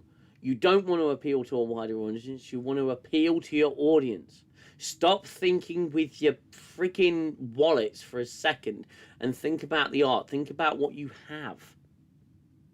And then they decided to remake Wrath of Khan, which I think was a Yeah. fatal error, and that absolutely killed all momentum. And you've got Bennywinkle Cumber Sasquatch, whatever his name is. I think Benedict Cumberbatch, but I have more fun making up all the funny names for him. Playing Khan, and it didn't fit. You're not gonna get from Benedict Cumberbatch anything near Ricardo Montalban's performance and character, and it was just so bland and terrible. And they thought, oh, we'll cleverly switch it up at the end so it's Kirk dies instead of Spock. Oh, it's so edgy and people will get it, and it just turned out to be a complete disaster. And then with Star Trek. With Star Trek Beyond Sasquatch, yeah. With Star Trek Beyond, an utter mess. Again, making Star Trek into something that it's not. Yeah. Just like a weird kind of, not even, I don't want to diss Star Wars by saying Star Wars, but just some generic sci-fi slop, sci-fi themed slop, I guess. We have a super chat super from chat. an Hello. RRTNZ 5, I believe, New Zealand dollars. NZ is New Zealand, I believe. Can't join you today. I'm actually in the UK in 2 weeks' time, so I'll be enjoying the same winter. Bless you. Keep boldly going. Peace and long life for Christmas, my friend. Thank you so much for that. That's so warming. Thank you so much for that super chat. That's absolutely fantastic. Whereabouts in the UK are you going to, my friend? Because I could tell you all the places to avoid. Hope you enjoy your stay in the UK, RRT, and said, yeah. Thank you so much, my friend. It's great to always have your here in the stream. And Alia Abadi, hello Alia, it's good to have you here. I wish they would have done a small tidbit with Gordon remembering being in the past with Cell Phone Girl, Laura, I think in Yeah. yeah, you've stoked something there, Alia. I want to talk about that episode and the two connecting episodes. And there was a theme there with season 3. They did tie up a lot of not loose ends, but they did enhance a lot of story, make it a teaser for later. Yeah.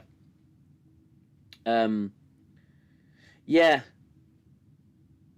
definitely. Yeah, I think visiting family in London and Wales. Oh, bless you. Nice. My condolences. No, I'm kidding. Hmm. I'm kidding. The UK's mostly it's mostly just dreary. Yeah, it's true. That is true. It's rather dreary at the minute. Mm. You know, it's always nice when they show England in the summer. It's like they very rarely show England in the winter in movies. Oh my god. I keep losing my train of thought. I'm very sorry. But yeah, Gordon in the past with Laura. yeah. Yeah, that was. Oh yeah, tremendous. Yeah. And it's interesting because again, they ground the show by using references to real life, our life. You know, it's called a cellular telephone, and it's actually an iPhone. Of course, you know, you got it. It's an off-brand iPhone. But they find, you know, it's a logical way to do it. A time capsule. You know, Bortus and Clyden get cigarettes. They just start smoking cigarettes, which is hilarious because you know most people find cigarette smoke to be one of the most abhorrent things that they can smell. It's a disgusting smell. You know, I occasionally smoke, and it's not pleasant. But to the Mocklands, it's like warrior vapes. You know, they go this. Oh, the smell is invigorating. You know, because they have a hearty stomachs and stuff like that. So yeah. So yeah, it's interesting. Yeah, interesting concept. The idea of a time capsule and then being able to reactivate this woman's phone from 2019 or 2017 or whenever it was. And a character falling in essentially, I think maybe a little bit creepily at first, until you understand the context. He's looked through her phone, he's seen all the social media photos, and he creates this program, using all the data from that phone to actually meet her. I mean, it's maybe a little bit stalker-esque, but you know. I know what you mean, but it draws something into parasocial relationships, doesn't it? Really? Yes, yeah, exactly, and there's something endearing about it actually, because she's been dead for 100, 200 years, or however long it's been, and she, you know, 500 cigarettes. The addiction arc was hilarious. Yeah, it really was. It was so funny, especially when they start arguing because they're suffering from withdrawal.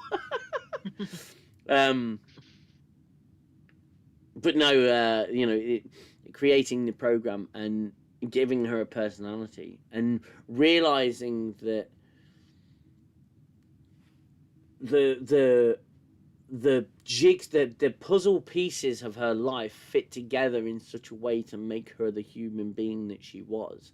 And when he tries to manipulate that and stop her from and be with her and stop her life from developing in a certain down a certain path, because the details missing, so the program's adaptive. And when he starts taking pieces away, like the relationship she has with her then boyfriend and stuff like that, her life starts taking a very different route. And he realizes that, yeah, no matter, all roads lead to the same point, no matter what. So it's an interesting exploration into the realm of fantasy. Yeah. You know, fantasy relationships, and also the tapestry of someone's life and what makes them who they are. You know. And it gives, of course, it gives Scott Grimes a great opportunity to show off his fantastic music talent, and he's a really talented guy. And I can't say this enough about Scott Grimes. He's so talented. He's a great musician. He's a fantastic actor, and and a tremendous human being. So there you go. He's just a very talented guy. But a great episode. I feel like I'm talking too much. You go ahead watching it. No, I know. I'm gonna wet the whistle. Scott Grimes. Yeah, he's a great actor. He's also he's good at being a dramatic actor as well as comedic, which is quite rare. He has those acting chops. Yeah, his range is amazing. Obviously, he's also a very talented musician, as we all know, singer, etc. And yeah, I know obviously him and Seth are mates. They could have been mates for a while. I think that kind of like comes across in the show itself as well. You can kind of tell, that they, and that's nice. That's a nice, a nice thing to see on screen. And I guess it's nice to be able to employ your friends as well if you're Seth MacFarlane. But yeah, as I say, it's you kind of feel. You feel for him. You feel for his kind of, I guess, longing for this this lady who's obviously been dead for God knows how many years. But I think it's good because it's not just about that and about obviously, how things I guess can get a bit out of control in that sense. But I think a lot of people these days with social media being so kind of prevalent in our lives, and people being terminally online, these kind of parasocial connections that some people feel with, I guess, well-known people, celebrities, whatever you want to call them. That's the thing in many cases, and that people just feel these, these connections to people that they've never met and probably never will meet. I think that's kind of interesting as well. It's like a theme, Well, just... it's like people who spend, like you say, way too much time online, obsessing over a celebrity. And becoming infatuated, and there's always the danger of, in a very sort of Joker-esque way, having a one-sided delusion, and there's a danger there. The episode doesn't really cover that, but I find that the whole sort of thing fascinating. Oh, and what makes it even better is in the third season they revisit it, and it's a contrived plot device. It happens, but what it does is facilitates a story, and it's a superb story. Yeah, and again increases the range of Scott Grimes's acting abilities, his acting chops, where Gordon, through a bit of a plot point or a plot device. It's actually called, I believe it should be called the plot device, the Aronov time machine of convenience. He gets thrown back to that time because in the law, in quantum mechanics, the thought processes play a big part in the creation of reality. And he gets thrown back in time to that time, and it's revealed throughout the episode that he spent 2 years in the wilderness, avoiding possible contamination of the timeline, and he eventually just gives in and goes looking for her, and finds her, and starts a family with her. Yeah. And has children, and the repercussions are getting worse and worse and worse. And the Orville obviously goes back in time. They arrived 10 years too late. So Gordon's been there for 10 years, and they find him with his family having contaminated the timeline. And they say, and I don't know about you, but I absolutely I love the visceral reality of what they're saying. Yeah, Gordon, exactly. you have to come. Are you effing crazy? What have you done? You are contaminating the timeline. You've broken every rule. You're coming back. And then Gordon's my review of that. I do have reviews up there if you haven't seen them on the channel. of the episodes in season 3. And I think I'm missing one, which was about a boy because my fucking rig blew up. But and to be fair, this one's probably on its way out as well. But again, Gordon's reaction to that I thought was so strong, so powerful, and the dialogue was perfect. The entire and oh man, the harsh reality of what he's done, versus the potential and the implications of undoing what he's done. So you're affecting her life, you're affecting a possible future that probably wouldn't have existed, but you've also MIF, I have to leave, unfortunately. Thanks for another great evening in Tenford. Thank you so much for joining, my friend. It's been an absolute pleasure having you here. Thank you. So, the implication being, that there's 2 children that are never going to exist because of the way in which they undo it. And again, it's heartbreaking. It's bloody heartbreaking when Mercer turns around and says, "Fine, you're not going to come willingly. We'll just go further back, and snatch you up before you have a chance to contaminate the timeline." And again, Grimes' performance in that moment when he realizes, "Oh fuck, they've got me. There's nothing he can do. There's no way he has to shoot them to stop them." Yeah. And he can't do it. And then he just says goodbye to his family, and that's and it doesn't show any. It doesn't pull her Back to the Future or Marty McFly and have them slowly vanishing into nothing. It doesn't do any of that. It simply just cuts to them having rescued him. Yeah, it's just brutal. It's just, it's I think it's the only time I open one of my YouTube review videos with, "Holy shit!" Yeah. Because, wow. I'm fairly certain Star Trek wouldn't have been that brave. I say brave, or wouldn't have been that brutal. I agree. I think that was a very Orville specific episode. Yeah, because they always find a way to kind of like mellow it out in classic Trek anyway. Well, they always have their cake and eat it, don't they? Yes. Yeah. You know, like Voyager was a classic case of having your cake and eating it. That was just insane. It's just the whole, the ship just looked pristine most of the time. You're like, how?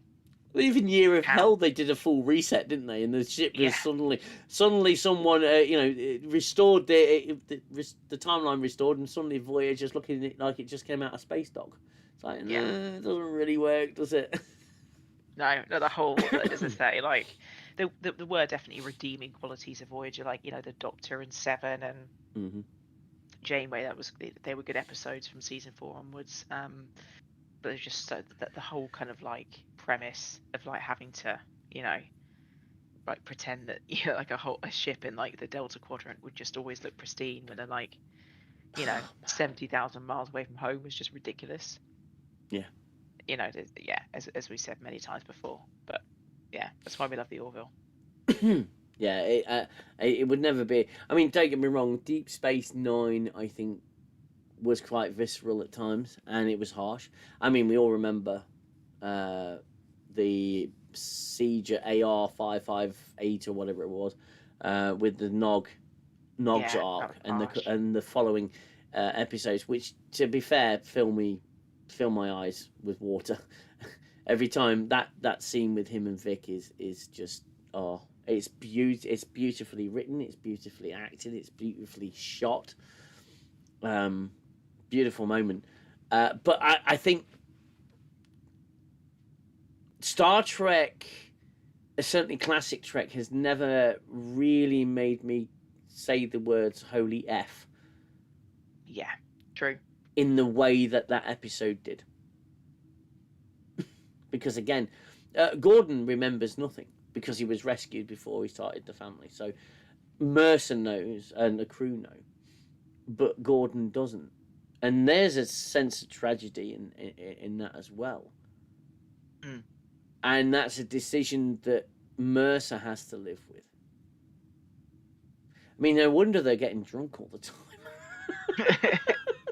I know, it's, yeah, as I say, but it was the right decision to make, and that's the thing. That was the right decision for Mercer to make.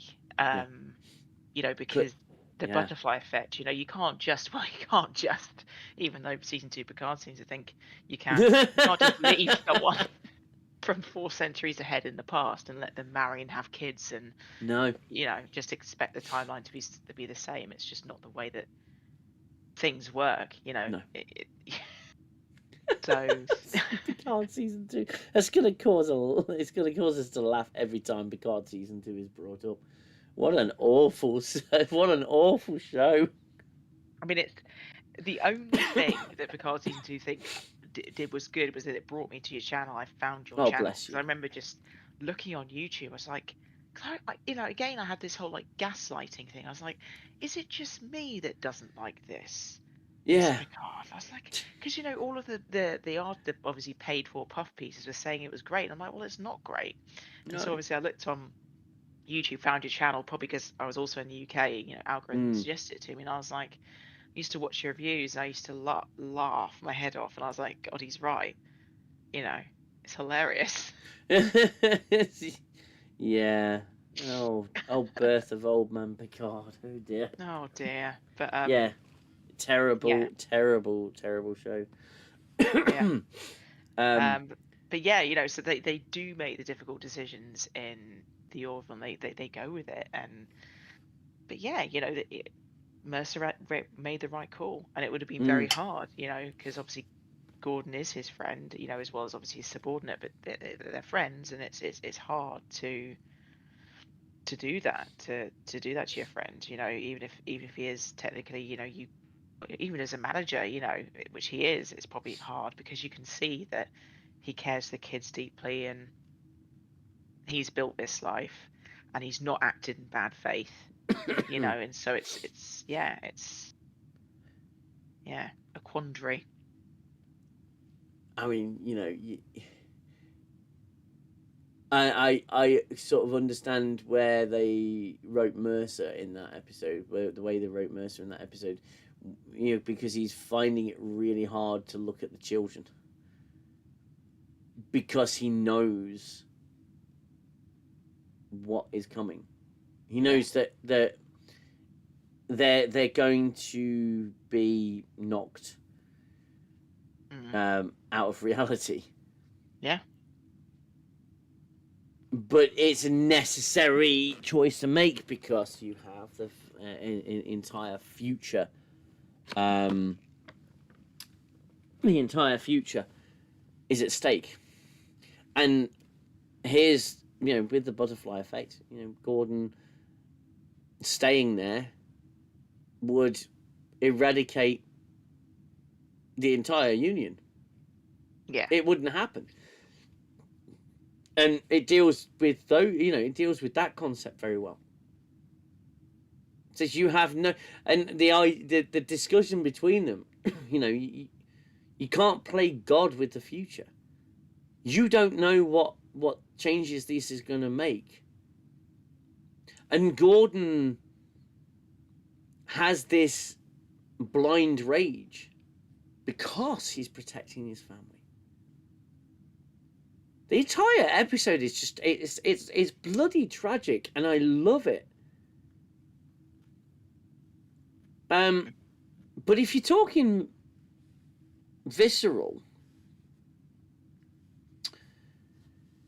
and mildly shocking, I would also say that Home was a good episode for that. Which is the Alara going home, and it's, I think, the last time she's a main character.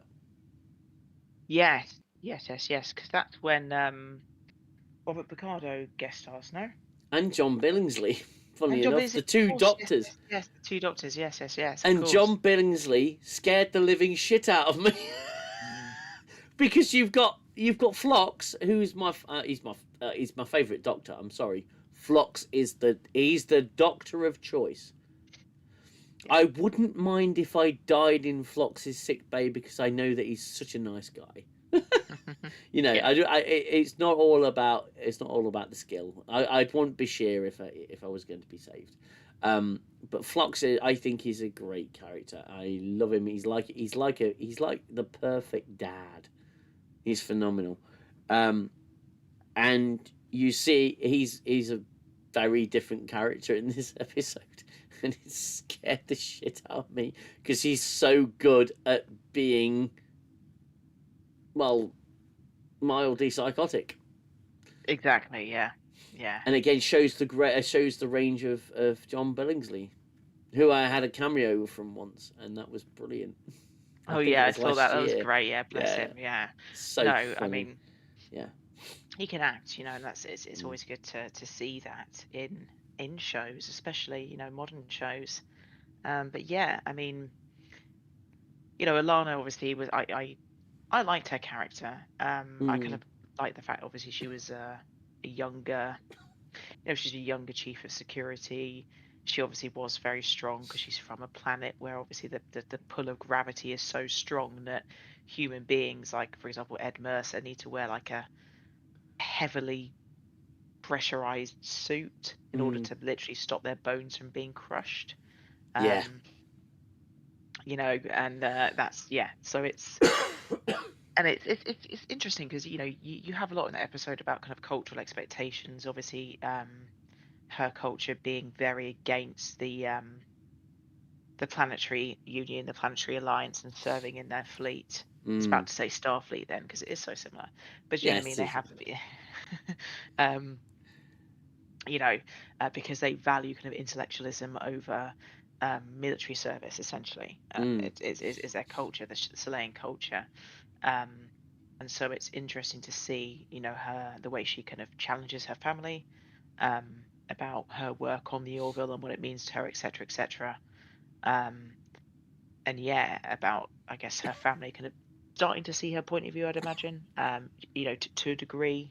Um, but yeah, it's as you say, John Billingsley's great. So is Robert Picardo. It's nice to see them together. I guess the two doctors, as you say. yeah. And yeah, it's obviously sad to see Laura leave. She was cool. Like I enjoyed her character a lot. Yes. But I think similarly also it's her replacement. I also I quite like the quirkiness of her replacement. Do you know what I mean? She's quite funny. Well, she came across as older and wiser and a bit more experienced. Yeah. Yeah. And I I mean, I think I don't want to point us to the reason of why Alara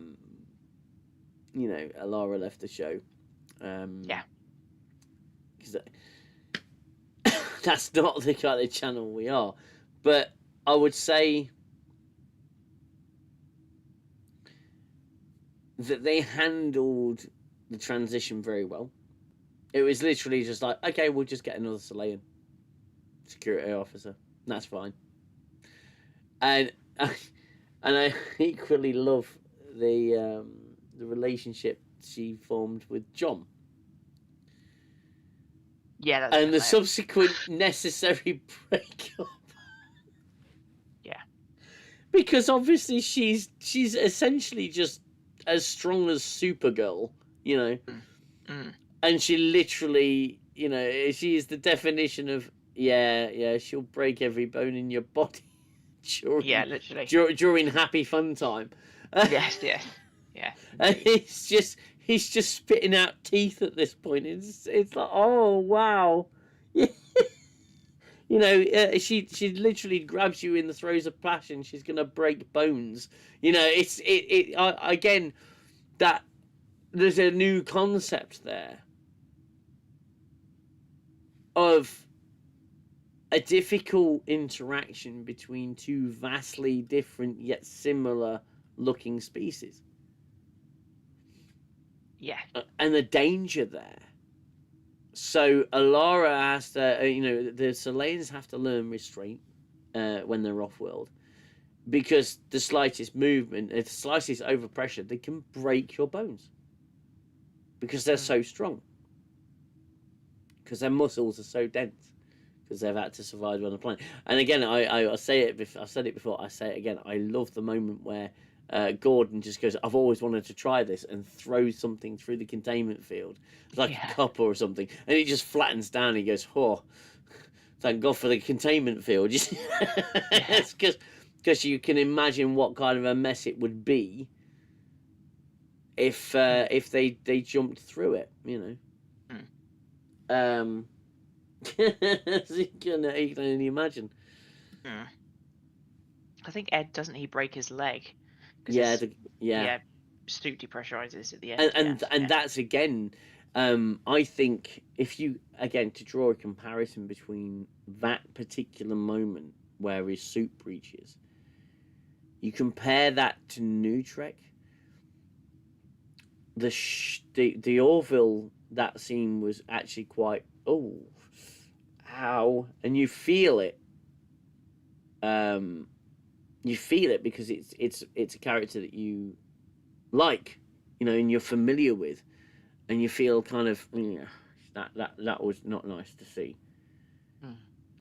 It was visceral, and it was real, and it was realistic.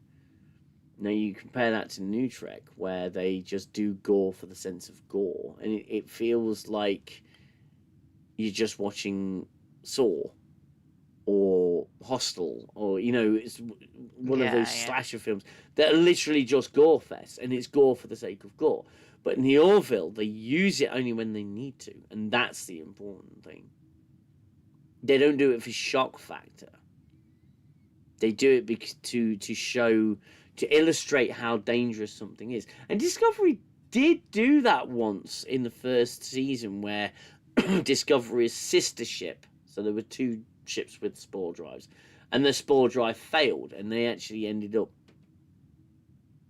putting the crew on a fast spin, a rinse spin, and the gravity actually destroyed them, destroyed the bodies, and that was quite interesting. But it didn't, because you didn't know them. It had no impact. It was just set dressing at the end of the day. Yeah, exactly. Yeah. But with the Orville, obviously, you get to know these characters, and when something like that happens, it's quite shocking. But it also makes the point of Salea being... It's such a pretty planet, and it's such a pretty culture, and it's pretty civilization. But it is so hostile to any life that didn't originate from the planet, in the same way that space is so hostile to us. Salea is so vastly different that you can't visit it without a spacesuit. Yet you see it's teeming with life that looks like you. It's an interesting concept. I think it's great. The chat's gone quiet. Are you all still in there? Still hanging around? Keep that chat rate going, guys. Send us your comments and let us know what your thoughts are as well. It's always nice to have a bit of interaction from the chat. Yeah. My chat rate's gone to complete zero, but hey, we're having a conversation, right? So yeah, I do love the realism there. Yeah. And they use the tools well to show what they need to show. And I don't think anything's wasted in the Orville the way it's wasted in Annoying Critics here. Like... So you're fine. You keep gaming, my friend. It's always nice to know you're here. This is John Carter in reverse. Annoying Critic is here. He's in the chat. Thank you so much for joining. Yeah, and they don't waste any screen time. Exactly. Well, I can answer that, Watch Nerd. To be fair, I think he's playing Star Trek Online. I could be Nice. wrong. He might be playing. He might be playing something else.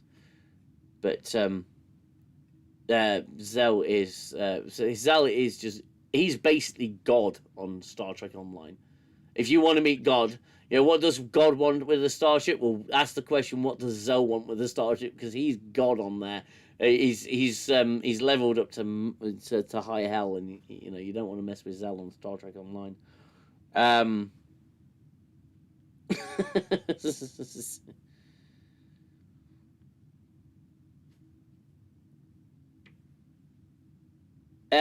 What was the episode called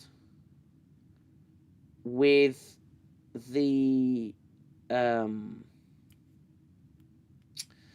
what was it? It was the episode where they make first contact with a species. High DPS, yeah, Zell the God. It was the episode where they make first contact with a species that, if you're born under a certain star sign, you are deemed too violent for society. Yes. Yeah. And Bortus and Kelly share a birthday. In that, I forget what they call them now. Jelliac, or I think it's Jelliacs, aren't they, or something like that. They're born under a certain star sign, and it's again, it's teaching you a little bit about the Prime Directive, or the Union's version of the Prime Directive, because they've initiated first contact with a species that have reached out to the stars to communicate. And yeah, it all seems to be going really well. This is our culture. This is it. What we this is what the Union's all about. We come in peace and that sort of stuff. And they don't. The crew don't quite understand some of the things that they've seen, and they're learning more about it. And then Kelly and happens to mention their birthday. And suddenly, the situation goes from a nice, peaceful dinner to them being carried away in cuffs and at gunpoint, and essentially thrown off the planet. I suppose in a similar arc to the Cardassians in Enterprise, they just storm off when they figure out the crew of the Enterprise eat in front of one another, and it's the naivety and lack of knowledge of a culture. It's also a good sort of explanation as to why you need to research the crap out of a species before you initiate first contact. Exactly. Yeah. One thing I was going to say was, I think it's called All the World's Birthday Cake.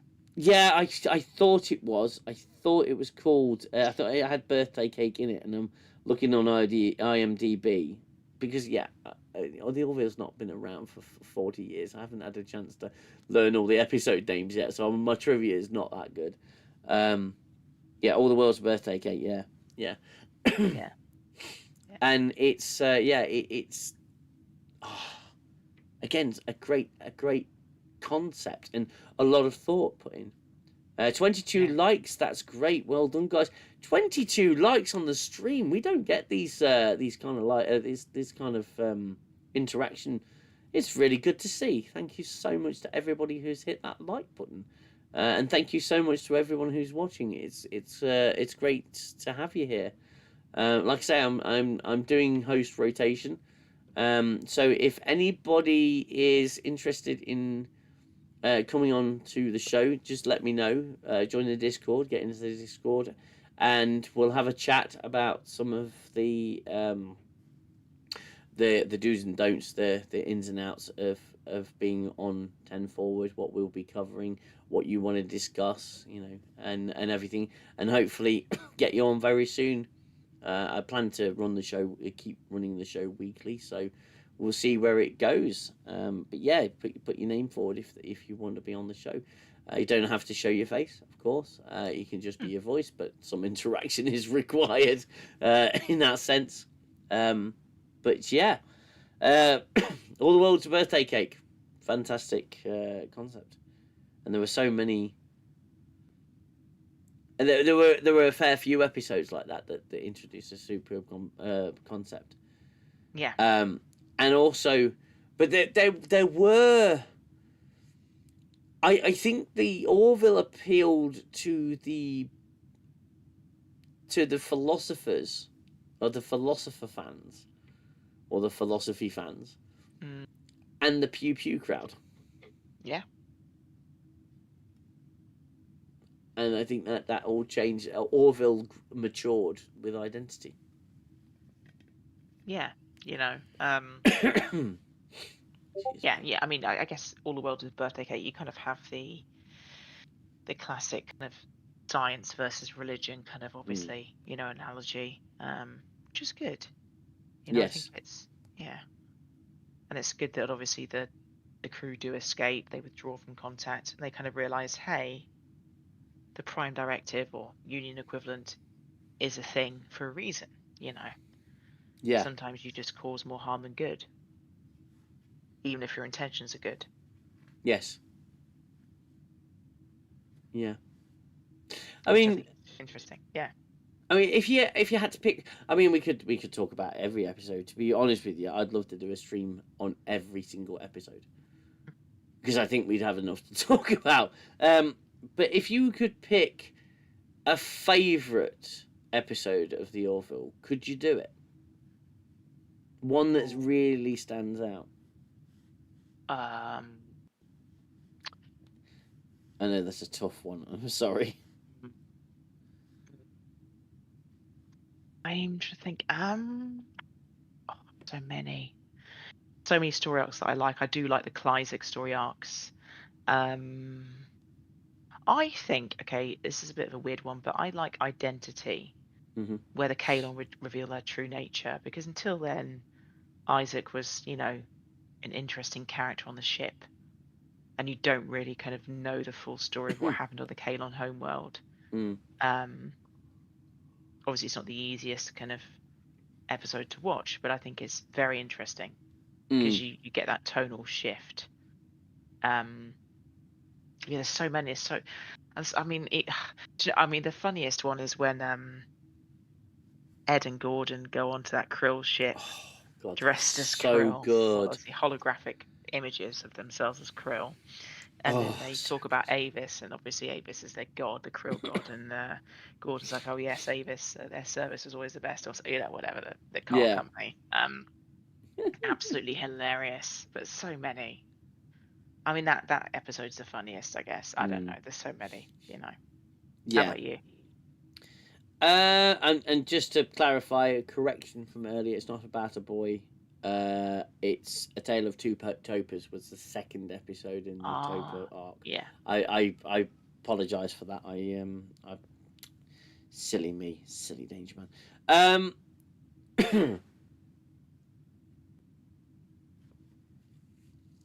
The Gordon episode that we were talking about earlier, I would say, story-wise, that's the most striking. I think that hit hardest. Yeah. I would have to say Identity Part 1 and 2 are my... I think that's where this show matured, and it moved away from the more comedy side of things, because it was really shocking, and they took a huge risk doing that to Isaac, having him be he was still sympathetic, but they did have him cross some lines that you should never be able to come back from. And what I love about it is they took their time with his redemption arc. It took time, and they used up a lot of valuable time in season 3 because they only had 10 episodes. They did very well with his redemption arc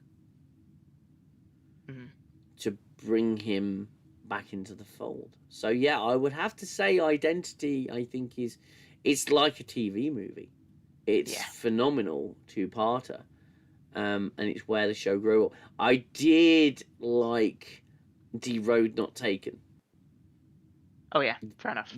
Yeah, I thought that, but it's really hard to pick a favorite. Really hard to pick a favorite. I love the pilot. I think the pilot is great. It's a good all round episode. I would say it's a good all round episode. So who wants some trivia? Shall we do some trivia? Oh, go on then. Give us some trivia. In this, what are we talking about? It'll be like about the last 40 minutes of the show. Games Librarian, good night, everyone. My friend, you must be tired. Yeah, good night to you. Thank you so much for joining the stream. It's always good to have my Discord crew around. So yeah, thank you, Librarian. Guna says the way the Kalon were used as a slave race, you can sympathise with the motives, but it was so well told. Yeah, and they did cover it in the third season. The treatment of the Kalon by the builders, and you don't know that they're the builders. You don't know that this was set in the past in the first sort of 20 minutes of the episode. It takes time for you to realise that they were the Kalon builders. Or the builders of the Kalon. So yeah, very good. So majority of season 1 was directed by various Star Trek alumni. Okay, so obviously Seth MacFarlane is a Star Trek alum. He was in Enterprise anyway, and he created the show. James L. Conway, Star Trek: The Next Generation, DS9, and Voyager, and Enterprise. Brannon Braga, legend, the man, the myth, the legend. Robert Duncan McNeil, Tom Paris, again, and Jonathan Frakes. Well, I wouldn't I wouldn't credit him with the directing for Discovery, but I would definitely say Jonathan Frakes is a tremendous director. Yeah. Oh, and funny enough, this is on IMDb. Your very own reveal is on IMDb at a Star Trek convention in August 2024. Scott Grimes revealed that season 4 of The Orville is set to begin production some point early 2025. So, it's there in black. It's not really rumor. That's what he said. Whether or not what he said is accurate, I'm not sure. So, all the admirals' names featured in the Orville are names of real-life United States Navy admirals, or in one case of an admiral of the Imperial Japanese Navy. The admirals' names featured in the show are Halsey, Perry, Tucker, and Christie. There's also an admiral named Ozawa, played by Kelly Hu, which was named after Vice Admiral Shizabaru Ozawa from the Japanese Imperial Navy. So that's an interesting. I didn't know that. That's interesting. The blob-like character Yaphet. Oh, I get sad now when I think about Yaphet. I know. Oh, I'll finish this one. Yaphet is named after the actor Yaphet Kotto, who played Parker in Alien, 1979 film Alien. That's interesting. In an unusual move for a show made in the late 2010s, a detailed 5-foot model of the Orville was constructed and filmed for the exterior shots of the ship. The use of large-scale models was standard in television production up until the 1990s, but fell out of favour in the late 90s as CG technology became better, faster, and more affordable. CG was used to supplement the physics, a physical Orville model in the action sequences, as well as to represent other ships. So they used a physical model. Nice. That's so I rad. think that's phenomenal. That's amazing. Sorry, we're in the middle of a fairly nasty, windy storm, and next door's fence has gone over. So yeah, I'm listening out. So Seth MacFarlane admitted in an Instagram live Q&A that Tala's name came from seeing the word printed on some of on on some of his T-shirts that he did not know what the word meant. Tala is size in Spanish. That's hilarious. I mean, this is all of IMDb, so I don't know how true it all is. During the visual redesign prior to season 3, the crew quarters underwent minimal alterations when compared to the rest of the ship sets. As such, they are the only sets to retain the striated wall pattern that had previously been prevalent throughout the ship. Nice. A bit of a design one there.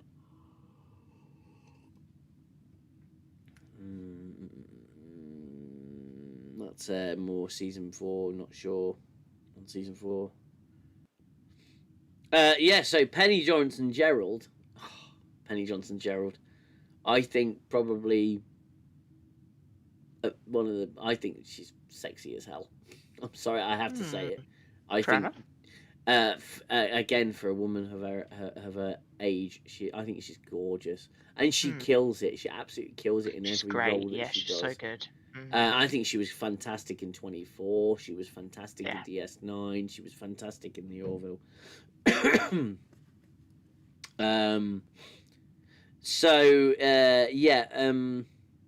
She's the only member of the main cast with extensive sci-fi acting experience. She guest starred in Homewood in 1994, DS9, and Family Business with Seth MacFarlane. It's appeared as revisiting it. Forgotten. Okay, yeah. So yeah, she's got extensive sci-fi acting, and I think it's just extensive acting, and I think she's great as Claire. She's phenomenal. Yeah. She's brilliant. Oh no way. So 11 episodes were written for season 3, subtitled New Horizons, but one had to be scrapped due to the epidemic, pandemic. Yes. Of the 2020s, that unspecified virus of unknown origin. Indeed, that one. So yeah, it went down to 10. Liam Neeson, Charlize Theron have appeared in the Orville. Yeah, both of which starred in A Million Ways to Die in the West, which I thought was a bloody brilliant film. I don't care if people hate it or not. I think that's so funny. It's this fucking cow on the roof. How did the cow get up on the roof? It's just, I think with Seth MacFarlane's humour, you like it or you don't. Yeah. And don't forget, there is actually an Orville PC game out there. It's a fan experience, isn't it? The Orville fan experience. It is. It's good fun. It is. Very extensive. It's basically like have a full-on model of the ship. You can kind of go around the ship, all the different levels. You can put the bridge and party mode if you want to. It's fun. You actually get music as well. It's crazy. Nice. You can pilot the ship. You can take it to places. You can battle. I still need to do that, but yeah, it's great. You can kind of collect weapons from the armory. It's amazing. Yeah. Oh my god, that's a watch nerd yawn. All right, it's a watch nerd yawn. I'm so sorry. Yeah, it's fine. Can you survive another half hour? I can. No, Are you sure? Okay. No, I think just checking. I'll be fine. Yes, they have. I think it's a free-to-play game. It's on Steam for anyone that's interested. It is. It's as I say, it's free to play. I think it's a totally volunteer dev team. And for what it is, it's really fun. Like if you like the Orville and you've got Steam, I'd recommend you download it. The Orville fan experience. You'll just have a bit of fun. It's lovely. It's as I say, I like those kind of games where you can feel that a lot of care and attention's gone into it. So yeah, just that warm blanket in the midwinter, Well, if any of you are familiar with Stage 9, which is what I used to make my intro for this show, it's like a version of that.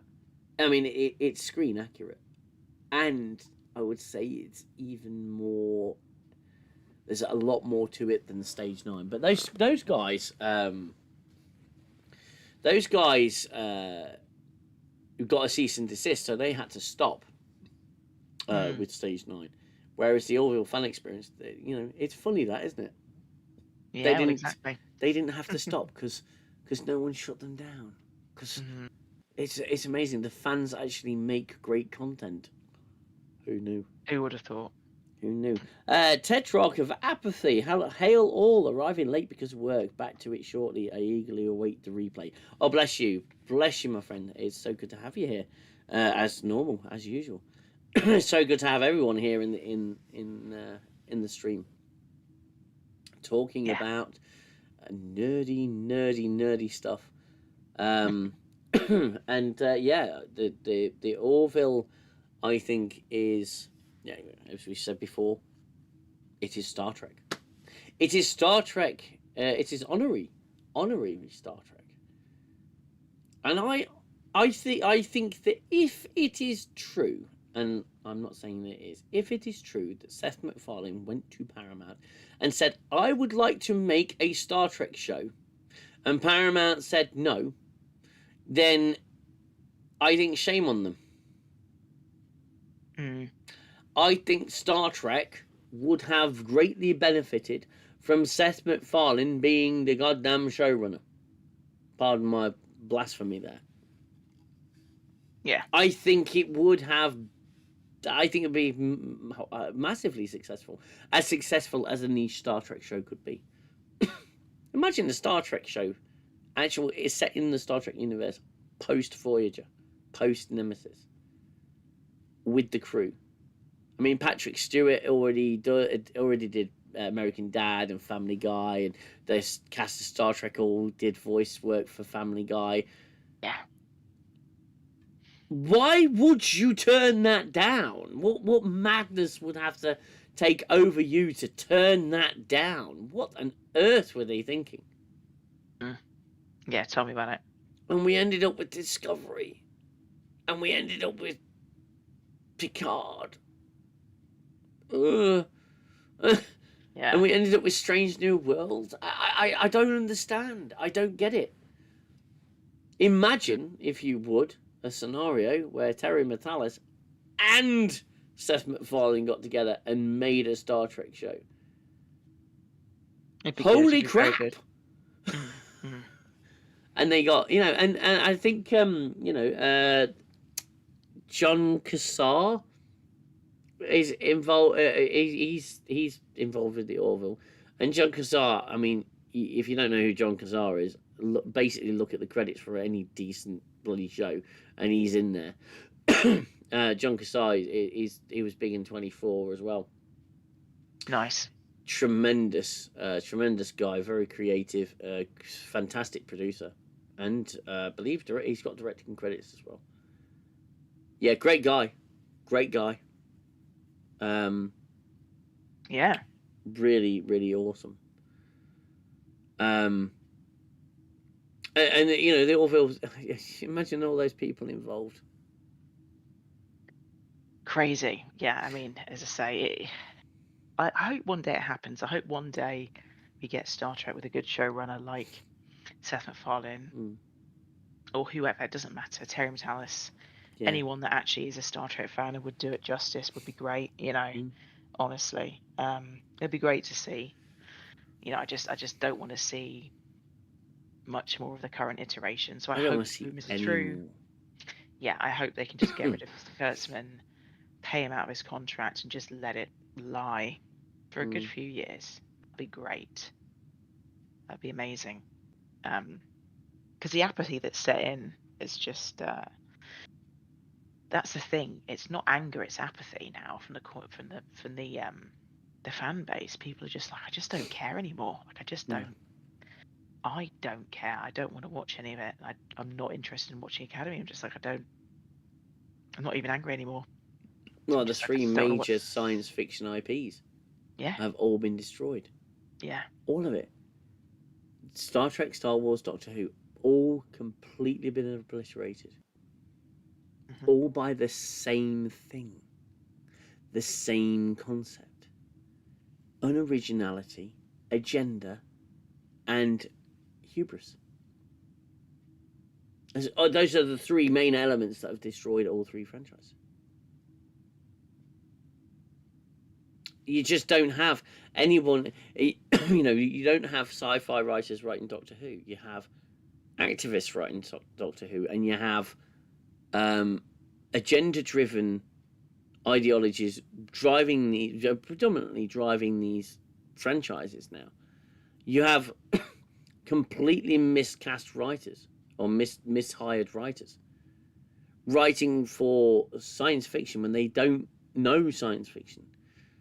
You've got writers with no writing credits. You're hiring based on completely provably awful metrics that don't make any sense. You're not hiring through merit. You can get it. OBS apparently is disconnecting and reconnecting. There we go. Having no end of issue. I think, to be fair, over here it's the weather. Yeah, true. There's a lot of issues at the minute, but we're back. Mm-hmm. Get your physical media. Go on eBay, buy the DVD box sets. They're pence to the pound at the minute. They cost nothing, and they're there, and they're not changing them. They can't change them. They are there, and they're unchangeable, and they're something that you know you can own and have. No one can tell you otherwise. Exactly. I would say do that. 100%. Physical media, 100%. Yeah. Agreed. Watch Nerd, I'm not going to hold you to the 3 hours if you're too tired. It's absolutely fine. I can keep the stream going. It's not a problem. Okay. It's completely up to you. You want to? It's okay. No, it's only 20 minutes to go. Let's go. I want to get it to the 3 minutes mark because it's consistency. You know. Well, exactly. Consistency is, it's good. Lest we forget. And you guys in the chat, if you've got anything that you want to say, any suggestions you want to make, any thing you want to talk about, anything that if any of you want to do a future stream that you want to talk about or see us talk about or anything like that, just stick it in the chat. Whilst we're here, we might as well get you guys interacting. Tetrarch of Apathy, we could do quality storytelling or push the message. What saith the Oracle of Black Rock? Yeah, very good point there. I think we know which direction they chose, and again, I don't want to get too heavily into the message or anything like that. But you could certainly say that its current custodians are not primarily focusing on what they need to be focusing on. Yeah, that's the thing. It's just when the custodians don't care, when they don't care about the genre, you just end up with this slop that really appeals to no one. It doesn't appeal to sci-fi fans. It doesn't appeal to fans of Hallmark shows. And so it's weird to me when certain individuals claim to be Star Trek fans, and then they're like, "Oh, I'm going to make a show about Risa. There's going to be a comedy show." I'm just like, when was that ever in Star Trek? When was Risa? I mean, I don't get it. I really don't. It's so bizarre. I'm just like, don't claim to be a Star Trek fan because we know you're not. So like, that's fine, and then whatever, Yeah. But it's just those kind of claims that just annoy me a bit. Like Leslie Headland saying she's a Star Wars fan. It's like, mate, that's obviously not true. Like, you obviously hate the IP. Come on. I mean, this is you Star Wars fan. People claim they're a Star Trek fan as well. It's like, what are you on about? You're not a Star Trek fan. You don't even know Star Trek. Yeah.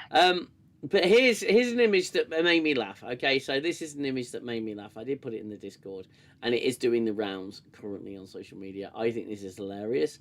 I think this is probably the funniest thing you'll ever see, and I'm hoping it'll show up properly on the screen. So this is clearly an AI generated image. I think that's absolutely brilliant, guys.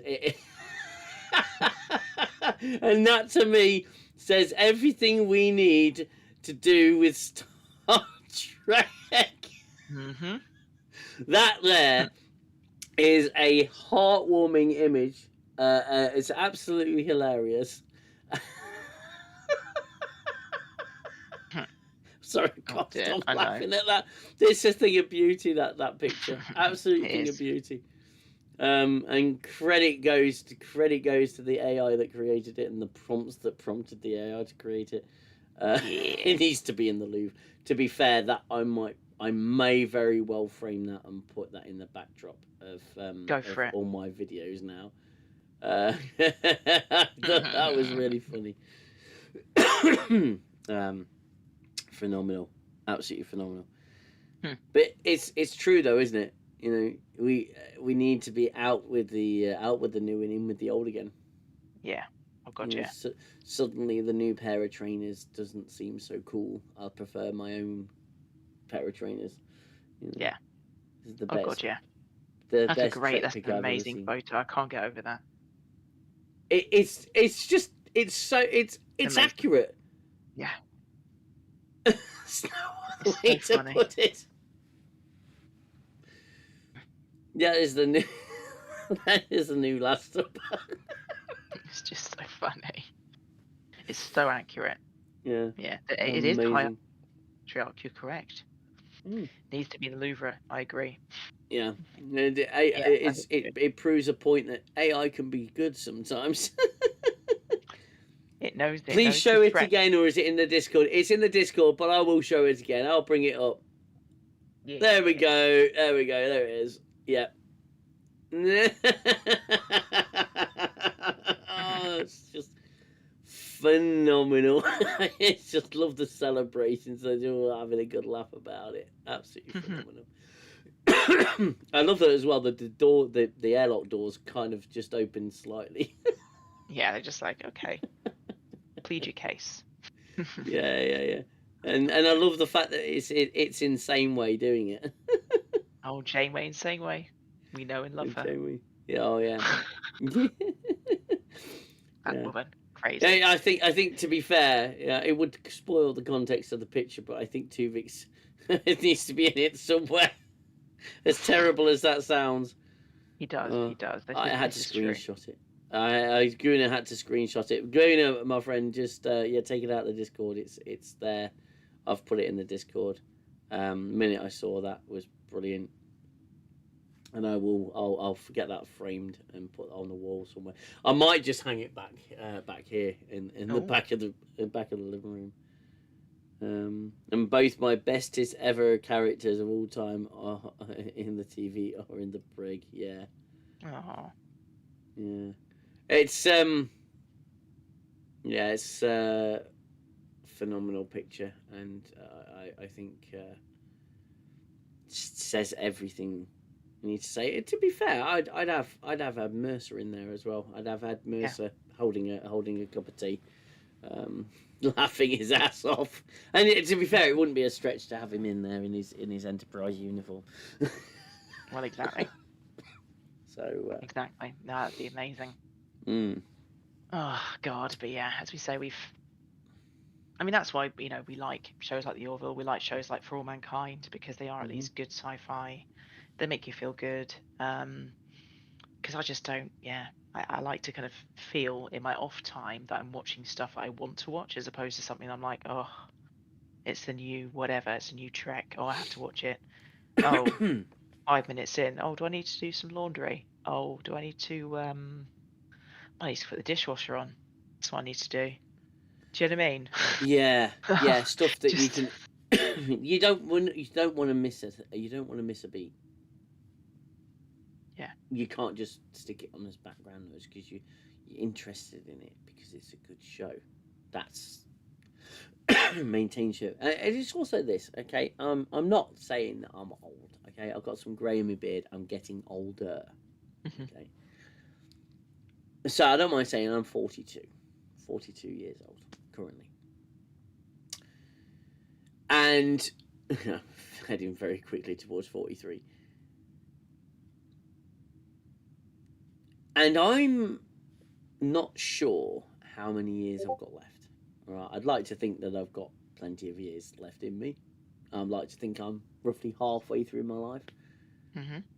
But the big C rates are rising, and you just don't know.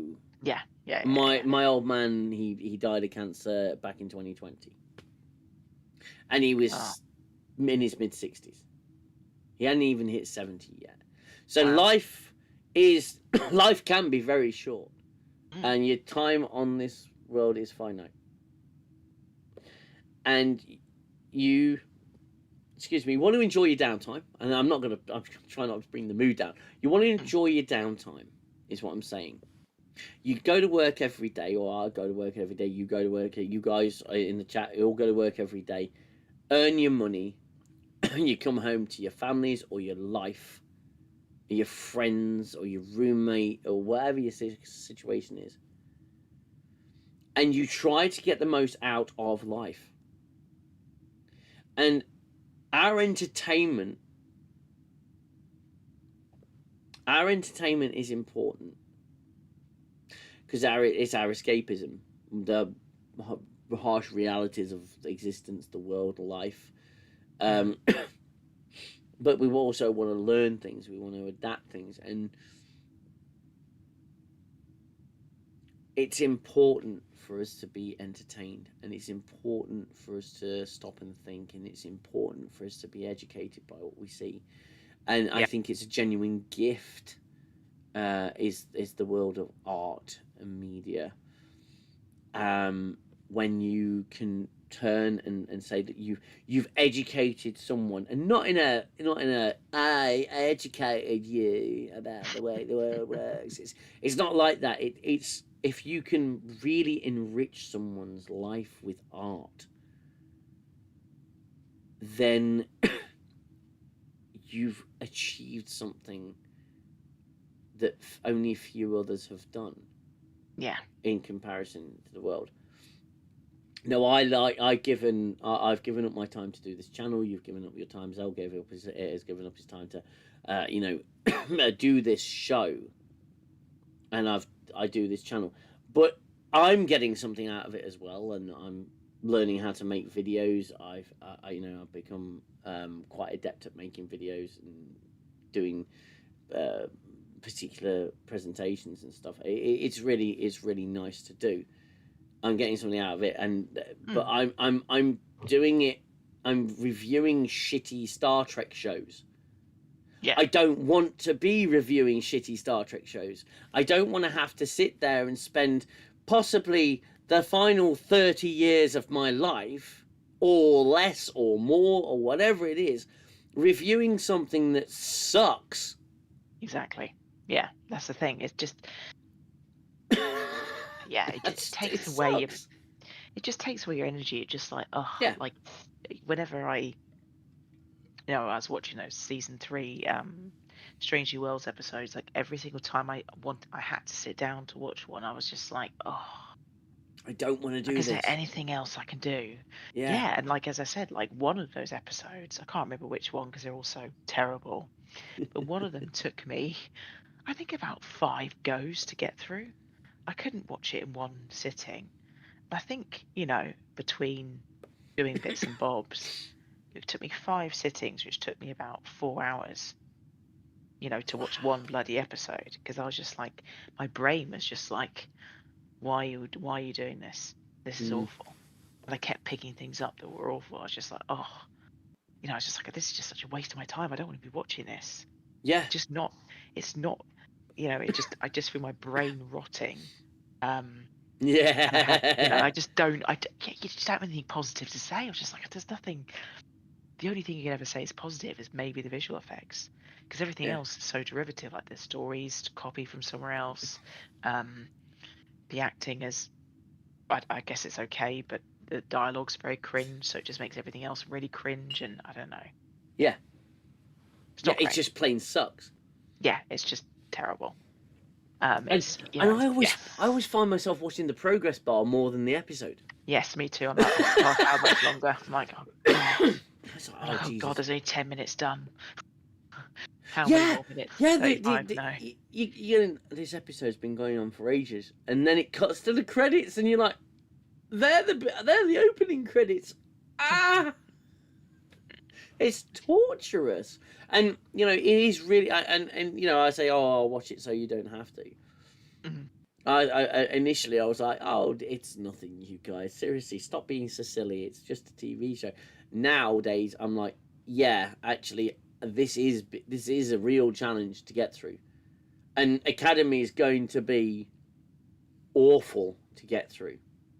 Yeah, it might be worse. It might actually be worse. I think it's going to be possibly the worst show we've seen and the most un-Star Trek show we've seen. Even worse than Section 31. Yeah. Now, Well, there's always a possibility, and based on experience, it's a very small possibility that it might actually be a good show, and it's maybe it's been misrepresented, or it could be good. Yeah. I don't think it will be, but there's always a small possibility. But I just think it's more of the same shit that's just going to be saturating our franchise and diluting it to a point where it's unwatchable. And I think there's a good chance I may not make it through Academy. I'm going to try, but I'm telling you all now, everyone on this channel, there is a good chance I'm not going to make it through that shit. Yeah, I might not, to be honest with you. I might just be like, do you know what? I can't do this anymore. I'll watch the first episode probably out of curiosity. If it's as I think it might be, then I think I might just be like, do you know what? I just can't, because it's just. Well, I might change my approach to reviews, and not sit there on a Thursday night and do review videos. I may just, even if I have to come onto this show on my own and sit here and tell you guys how much it sucked. That's what I probably end up doing, because I'm going to need emotional support chats. Fucking hell. I got the stamina for Academy, boys. Oh, well. Well, yeah, I don't know. I just think I think if it's just going to be, as you said, like negative reviewing it, which it probably will be, because it'll be absolutely probably garbage. Is it? Yeah, you got to take a step back and be like, is this something I really want to do? Don't know, because it's not that I would say probably now 99% will never see the light of that season 2. We won't see season 2. No. Because this is going to bomb, and then they're just going to like Batgirl season 2. That's going to be how it works. I have a funny feeling. I watched the episode, yeah. I'm so tempted to like put a little intro, like I don't know, 15 to 30-second intro to a review video, and then just turn to the camera, go, it's shit, and then just cut the video and upload that as a review. Yeah, that'd great. That would probably be your best viewed video. People would be like, this is amazing. Yeah, it probably will be. It's just, and then I'll do the live streams as a like a full review. I don't know. I don't know. It's gonna be it's gonna be a bit of a slog. Yeah, for absolute sure. 5 minutes left on the stream. Everybody, get your final chats in, and please do let me know if you want to come onto the show, and do this rotating business. It'd be really good to have you have you all on at some point. Definitely. That will go viral. Yeah, probably. It'd be a nice one for the drinker to play on the open bar, I think. Just this guy is fucking done this video, and it's fucking it's basically just him going, it's shit, and then just chucking it, but like, bye. Bye. Yeah. Danger Man shorts. Yeah. That's gonna be good. But yeah. We are up to 23 likes, so 23 likes. Oh, very nice. That's very nice to see. Thank you very much to everybody for hitting that like button. It's very nice of you. Pretty awesome. So thank you. Very cool. if you are new here, don't forget to hit the subscribe button, because that button is not actually that important on YouTube these days. It's not the size of your subs; it's the views that count. Hey, as they say. Yeah, it's pretty much the way it is. Yeah, but don't. Well, what if it's like American? No, No. no. There's just if it is, then I think that's going to make a lot of YouTube careers.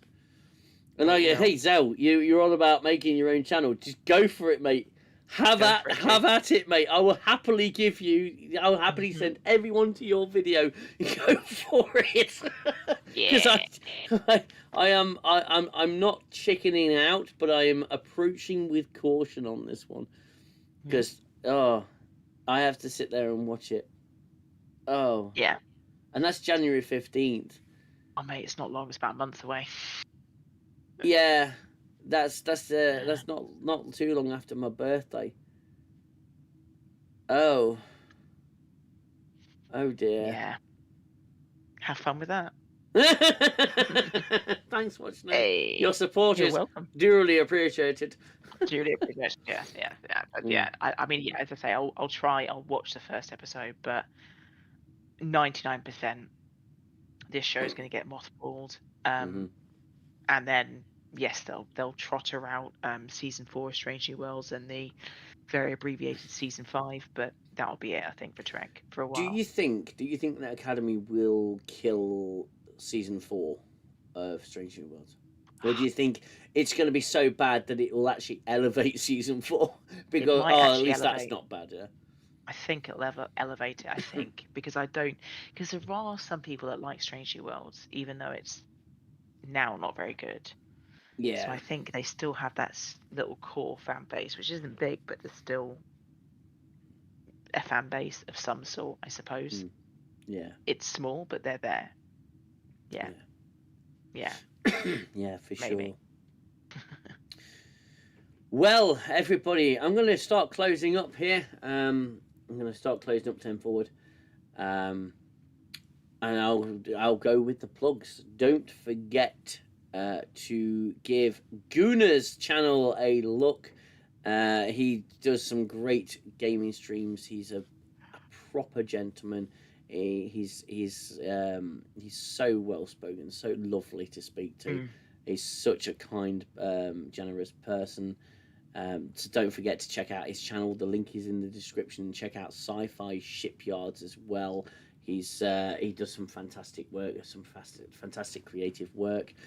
Don't forget to check out Reaver of Jill Sandwiches as well. Reaver of Jill Sandwiches, good friend of the channel, and some fantastic work he uploads onto his channel. And Games Librarian as well.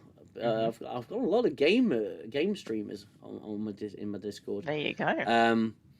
But also, check out Clayton Rumley. If you've not checked out Clayton Rumley yet, he's a good friend of the channel as well. He's an author. He came up with a book called Hollow Scene, and I read it from cover to cover. It's an absolutely fantastic book. Clayton should be some point, probably mid next year, he should be coming back to the channel. He's had a lot of renovation work being done, and a lot less time on his hands, so he's looking to get back into the YouTube scene. It shouldn't be too long until Clayton can join us again. Don't forget to, if you haven't already checked out Unification, check out Unification. The O-Toy short is good to it's good to obviously keep showing that support. And I to be fair, I watch it every chance that I get. When I think about it, I rewatch it because it's just such a beautiful piece of media. And until next time, you guys look after yourselves. Thank you so much for joining this show. Thank you so much for your continued support. It is much appreciated. Until next time, Watch Nerd, you are a legend. I know you're tired. I'm getting pretty tired too. I think my voice is starting to wear out now. So I really do appreciate you coming on. I know that with the scheduling and everything like that, it was last minute. So I thank you very much for you coming on and supporting the stream. You're welcome. And we will see you in the future, probably a week's time from now. And Guna, look after yourself. Alia, thank you. Zell, thank you. Tetrock, thank you. And thank you to everybody earlier in the chat. God bless you all. Good night from 10 forward. Take it easy.